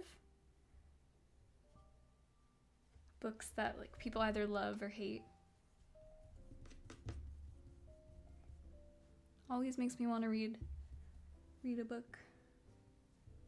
Hi Emily. Nicole. Hi Emily, I absolutely love how you use gouache and I'm very inspired to improve my practice. I'm thinking about purchasing your gouache class boxes. Is it too late to get the whole set? Oh, thank you, Nicole. No, it's not too late. So I have a link down below if you're interested. And whenever anybody subscribes, it just starts at month 1. So you'll get the first month's box to start, and then month by month you'll get the months as they come. So it's not like if you subscribed now you would get the 5th box and then feel like lost. No, you'll start at box 1 and build your paint collection and your brush collection, and we'll sort of build our skills as well. Yeah. And I do like how the first month you start with, I think it's 4 or 5 gouache colors. So, because I think when you're starting to paint with gouache, like having all of these colors out can just be super overwhelming. So I think it's good just to start with 4 or 5 colors and build from there.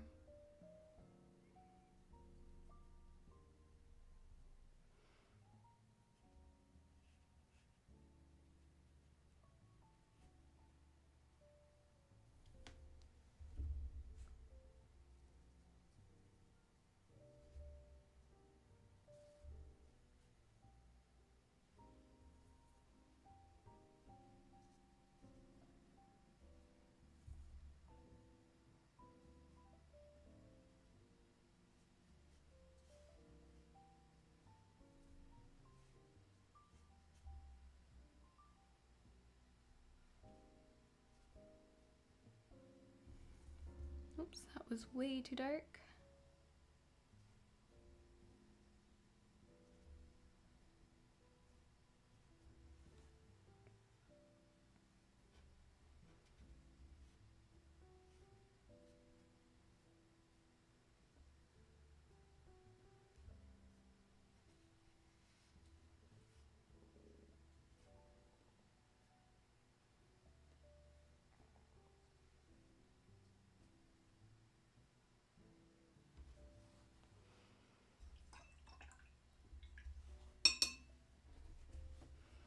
I really hope that wasn't super loud. Okay, I'm going to add some white to my palette. I think I'm gonna clear away a little bit of space on my palette first.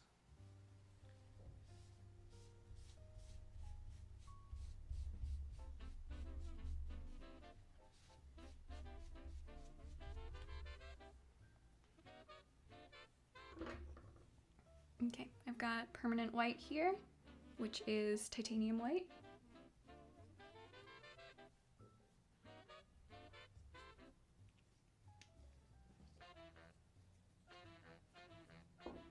And I've also got some zinc white, which I don't often use, but I'm gonna put some on my palette. Many people prefer it for mixing colors. It's a little less punchy of a white. So I'm gonna give it a try for mixing here. But then I've got the permanent white ready to go for the super bright highlights here.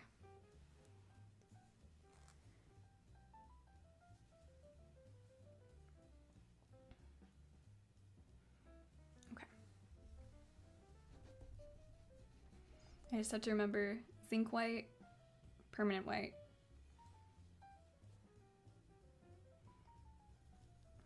Add some lighter areas on the leaves first.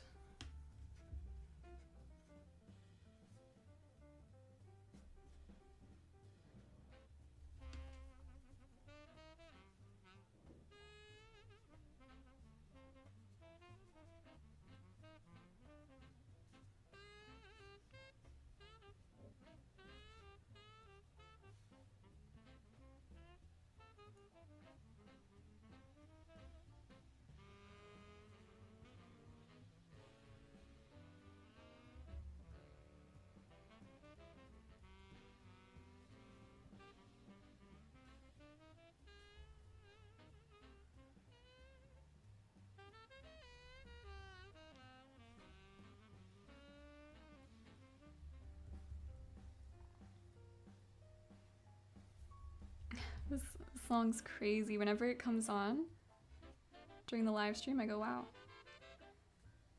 this song's crazy.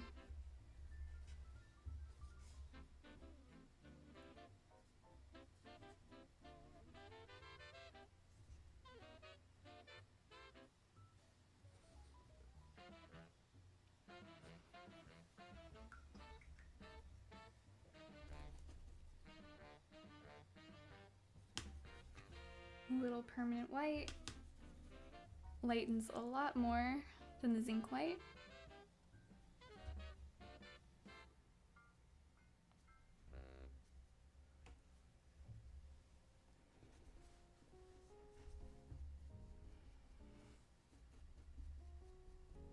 I had a little too much water on my brush, so I'm gonna let that dry, and I'll probably have to go back in with that highlight, but that's okay.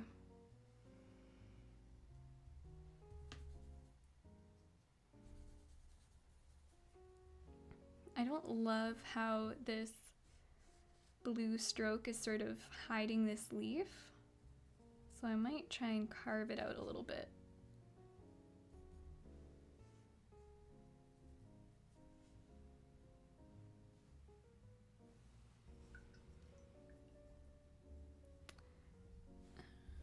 Okay, so I think I'm going to add in some of our lightest lights on the petals. Okay. Oh, I really want this little spot to dry. Okay, I'm gonna use my blow dryer for a second and I'll mute and I'll be right back.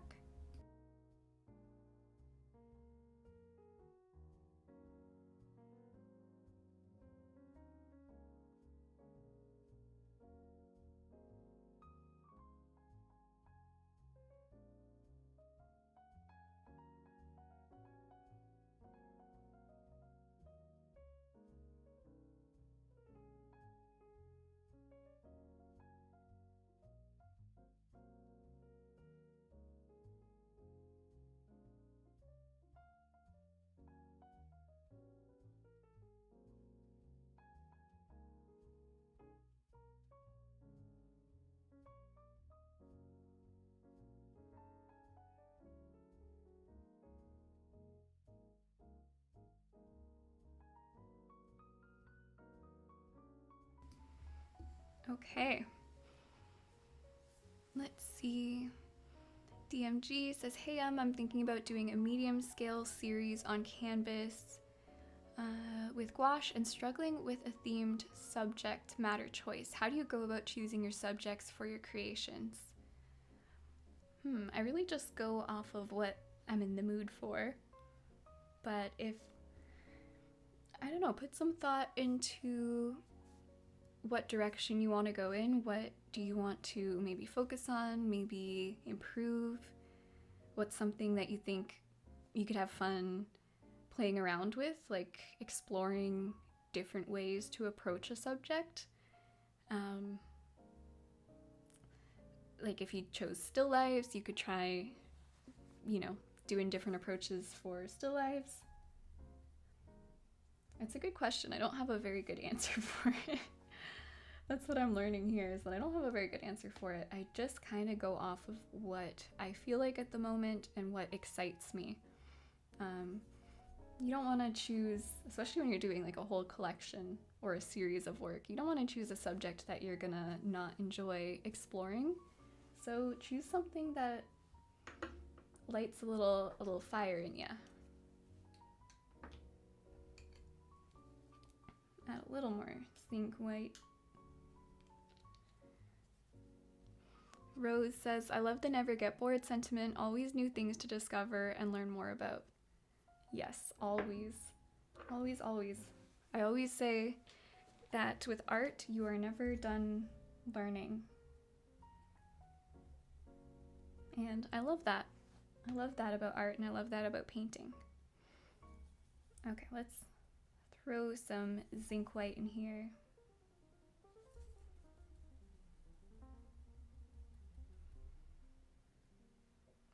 Little brilliant pink. It's a little bit of a warmer pink there.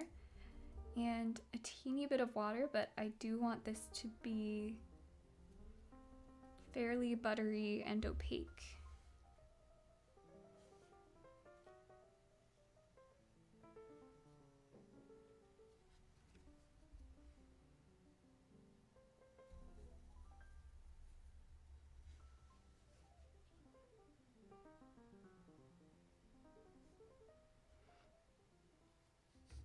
And when you're placing super light and opaque areas, you want to see if you can get it down in 1 stroke, 2 strokes tops, because once you start swiping, you're going to lift the layers underneath, and then you're going to lose the effect of the really punchy highlight.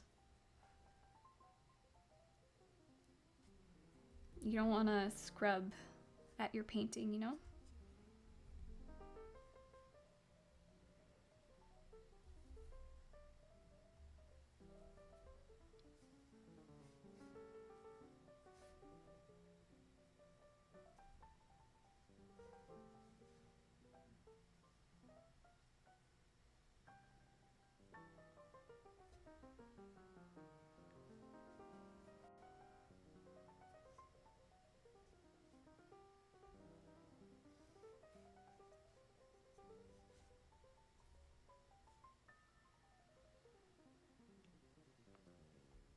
And then we want to let that dry before we go back on top with lighter colors. So we do not want to, as I said, lift anything.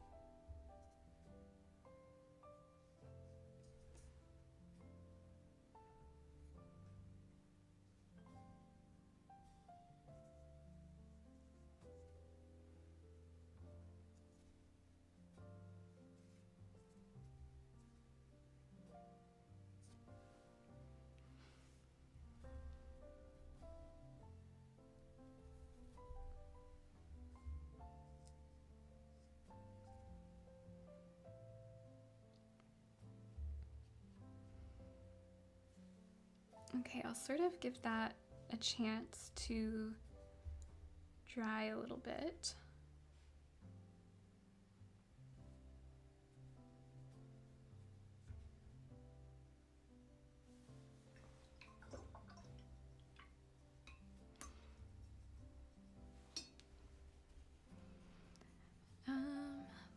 Rose says, thank you for using the leaf to explain how to lighten using a lighter complementary color rather than using white to demonstrate the light reflecting off the leaf. Yay! I'm really glad that was helpful. Yeah, essentially, if you want to lighten and you want to keep the saturation up, then don't lighten with a complementary or white, lighten with a lighter version of that color, so a cobalt teal or a leaf green. But then if you do want to lighten, as you said, for the reflection of the sky, you want to lighten and lose some saturation, then you can lighten with a complementary, like a lilac or a pale pink. And then if you want to get it really, really light and really, really desaturated, then you use white. H says, it is a piece of art. Thank you so much. A beautiful piece. Thank you.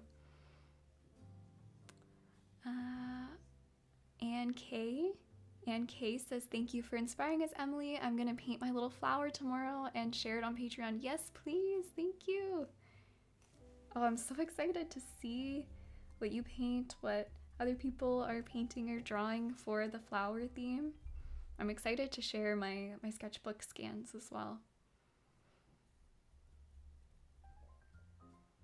I can't believe the month is almost over and we're gonna have to choose our next prompt. for April.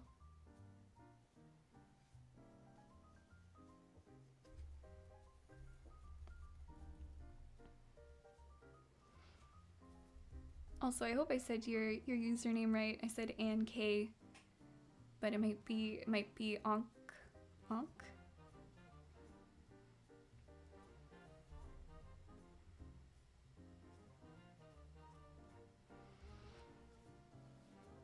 Okay, so I've got some permanent white here, and you can just see how that just goes bam to your color mix.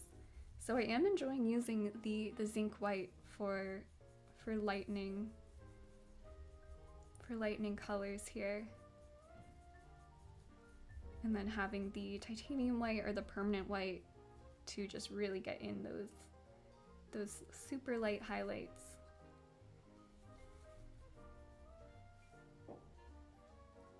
Sort of the areas where it's blown out or overexposed is where you want to use this titanium white. In gouache it's called permanent white, but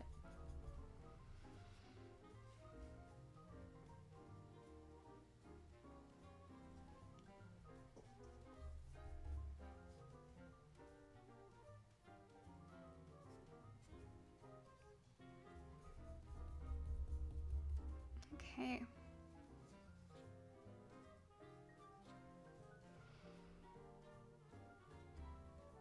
Yeah, I think after these last little super bright areas, I'm gonna call it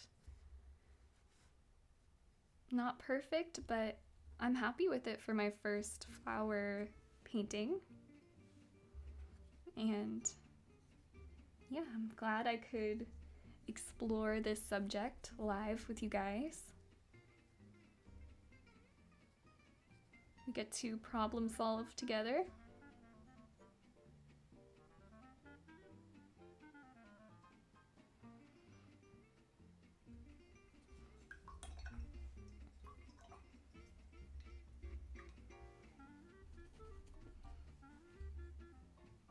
And I do also think I could add like a little extra dark bit right here. So I think I'm gonna do that as well.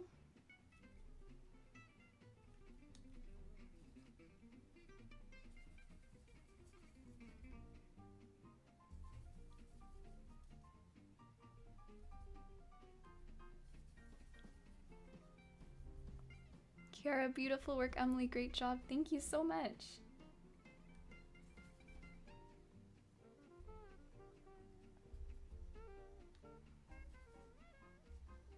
I really enjoy painting live with you guys.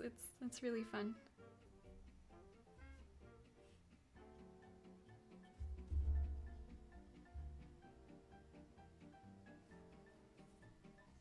There, yeah, just this sort of one really deep dark shadow there.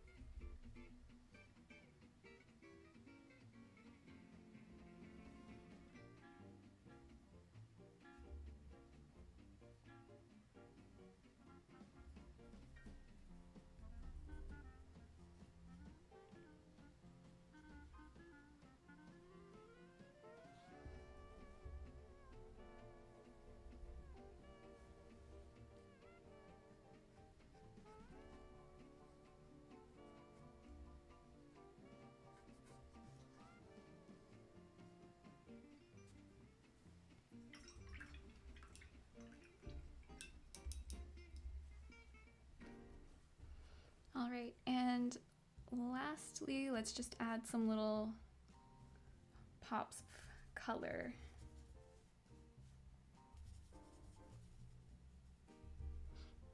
What I like to call confetti, just some little bright moments of extreme saturation. So I'm kind of going in with a mix of a light blue and a cobalt teal here.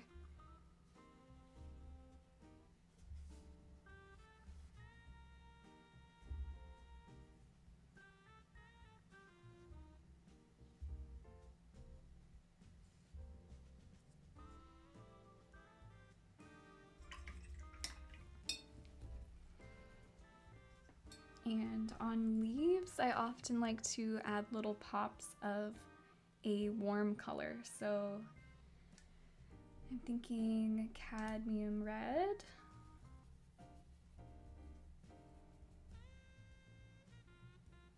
Brilliant pink. I don't know. Maybe opera rose.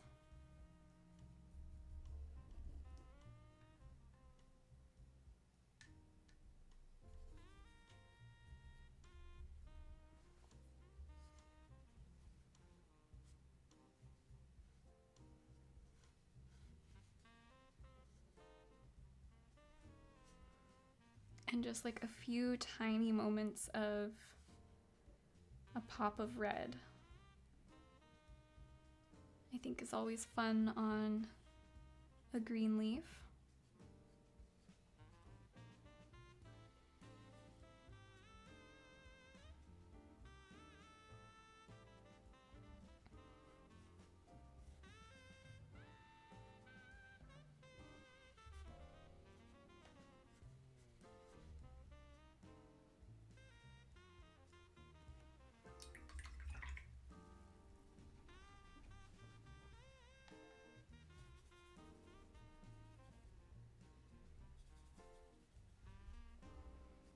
And I kind of want to bring out this little petal flap there.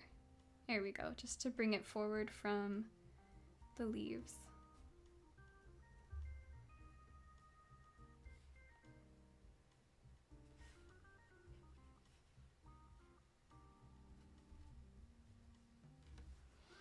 It's always so hard to finish a painting because I just want to keep working on it forever, but we're gonna have to call it probably. And then I also, in my sketch, I randomly drew in these little sparkles, and I'm like, should I include them? Maybe I use this Holbein pink and just, yeah, maybe it'll be like a fun little.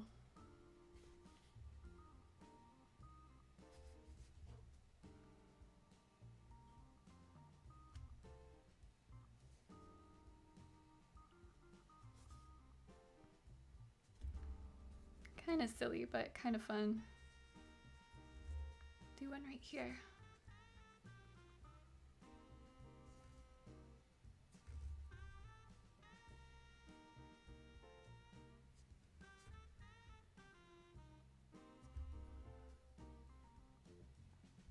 It's always fun to have sort of a flat shape next to a more 3D rendered painting. I don't know, there's something really satisfying about it, to me at least.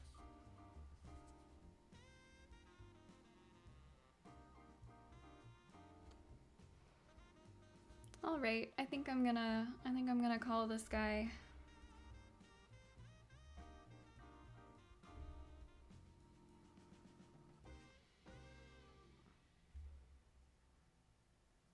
Okay.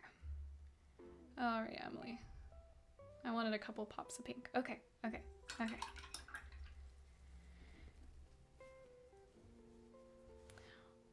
Wait, do I want to add a little? Yeah, I do. I'm sorry, hold on. I gotta add a little vein in this leaf.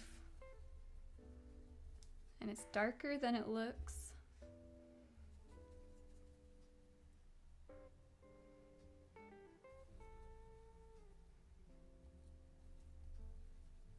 Wait, it'll be worth it. It'll be worth it.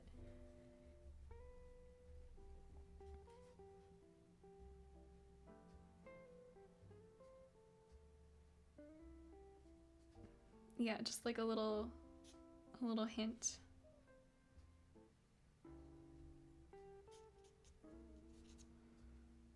I don't know. I don't know. Was that worth it? Maybe not, but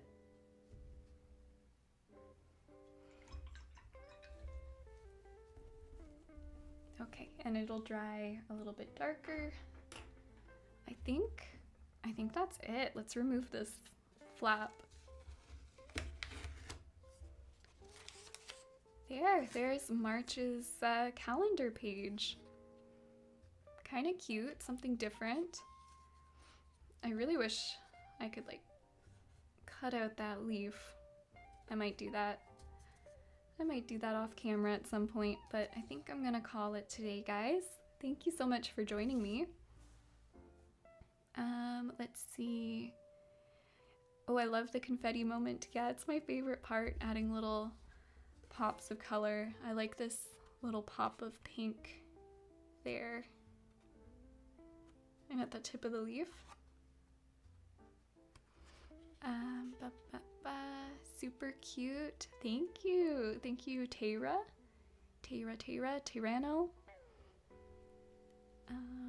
H says the white really made the painting perfect, by the way. Oh, thank you, thank you.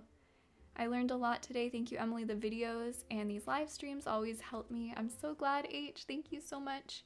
Thank you for sending my first ever super chat or gift donation. I think it was a super chat. Thank you so much. That means so much to me. Nicole Shuttleworth. Hi, Emily. The website to purchase your boxes won't allow me to add it to my cart. We've tried on 2 different devices. There seems to be a glitch. Oh no. Okay, is this... You might want to contact Craftamo. I can contact them too, just to make sure that everything's working, because it should be working. I'll reach out to them. And yeah, maybe you reach out to them too, just in case it's something specifically with where you're located, or I don't know, but that's good to know. Thank you for sharing. And Shantana, thank you for the stream. Emily, lovely painting for your March calendar page. Safe travels. Thank you so much. Kiara, thank you. Miss Adopt a Cat, it's a little masterpiece. Enjoy your vacation. You deserve it after being sick. Oh, thank you so much. Thank you so much, Miss Adopt a Cat. And thank you everyone for joining me. If you're interested in joining our Patreon, we do monthly sketchbook prompts.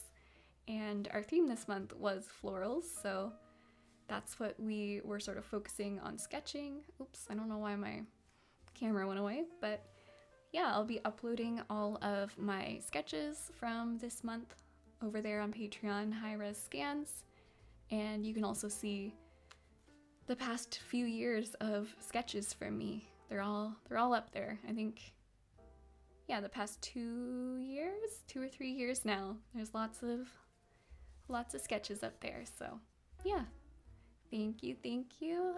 Like the stream if you liked it. Subscribe if you haven't already, and I won't be live streaming for a few weeks because I'll be traveling, but I will be back.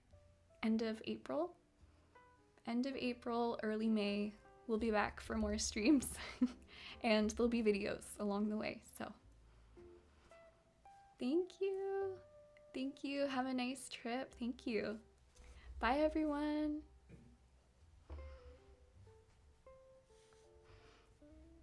Bye.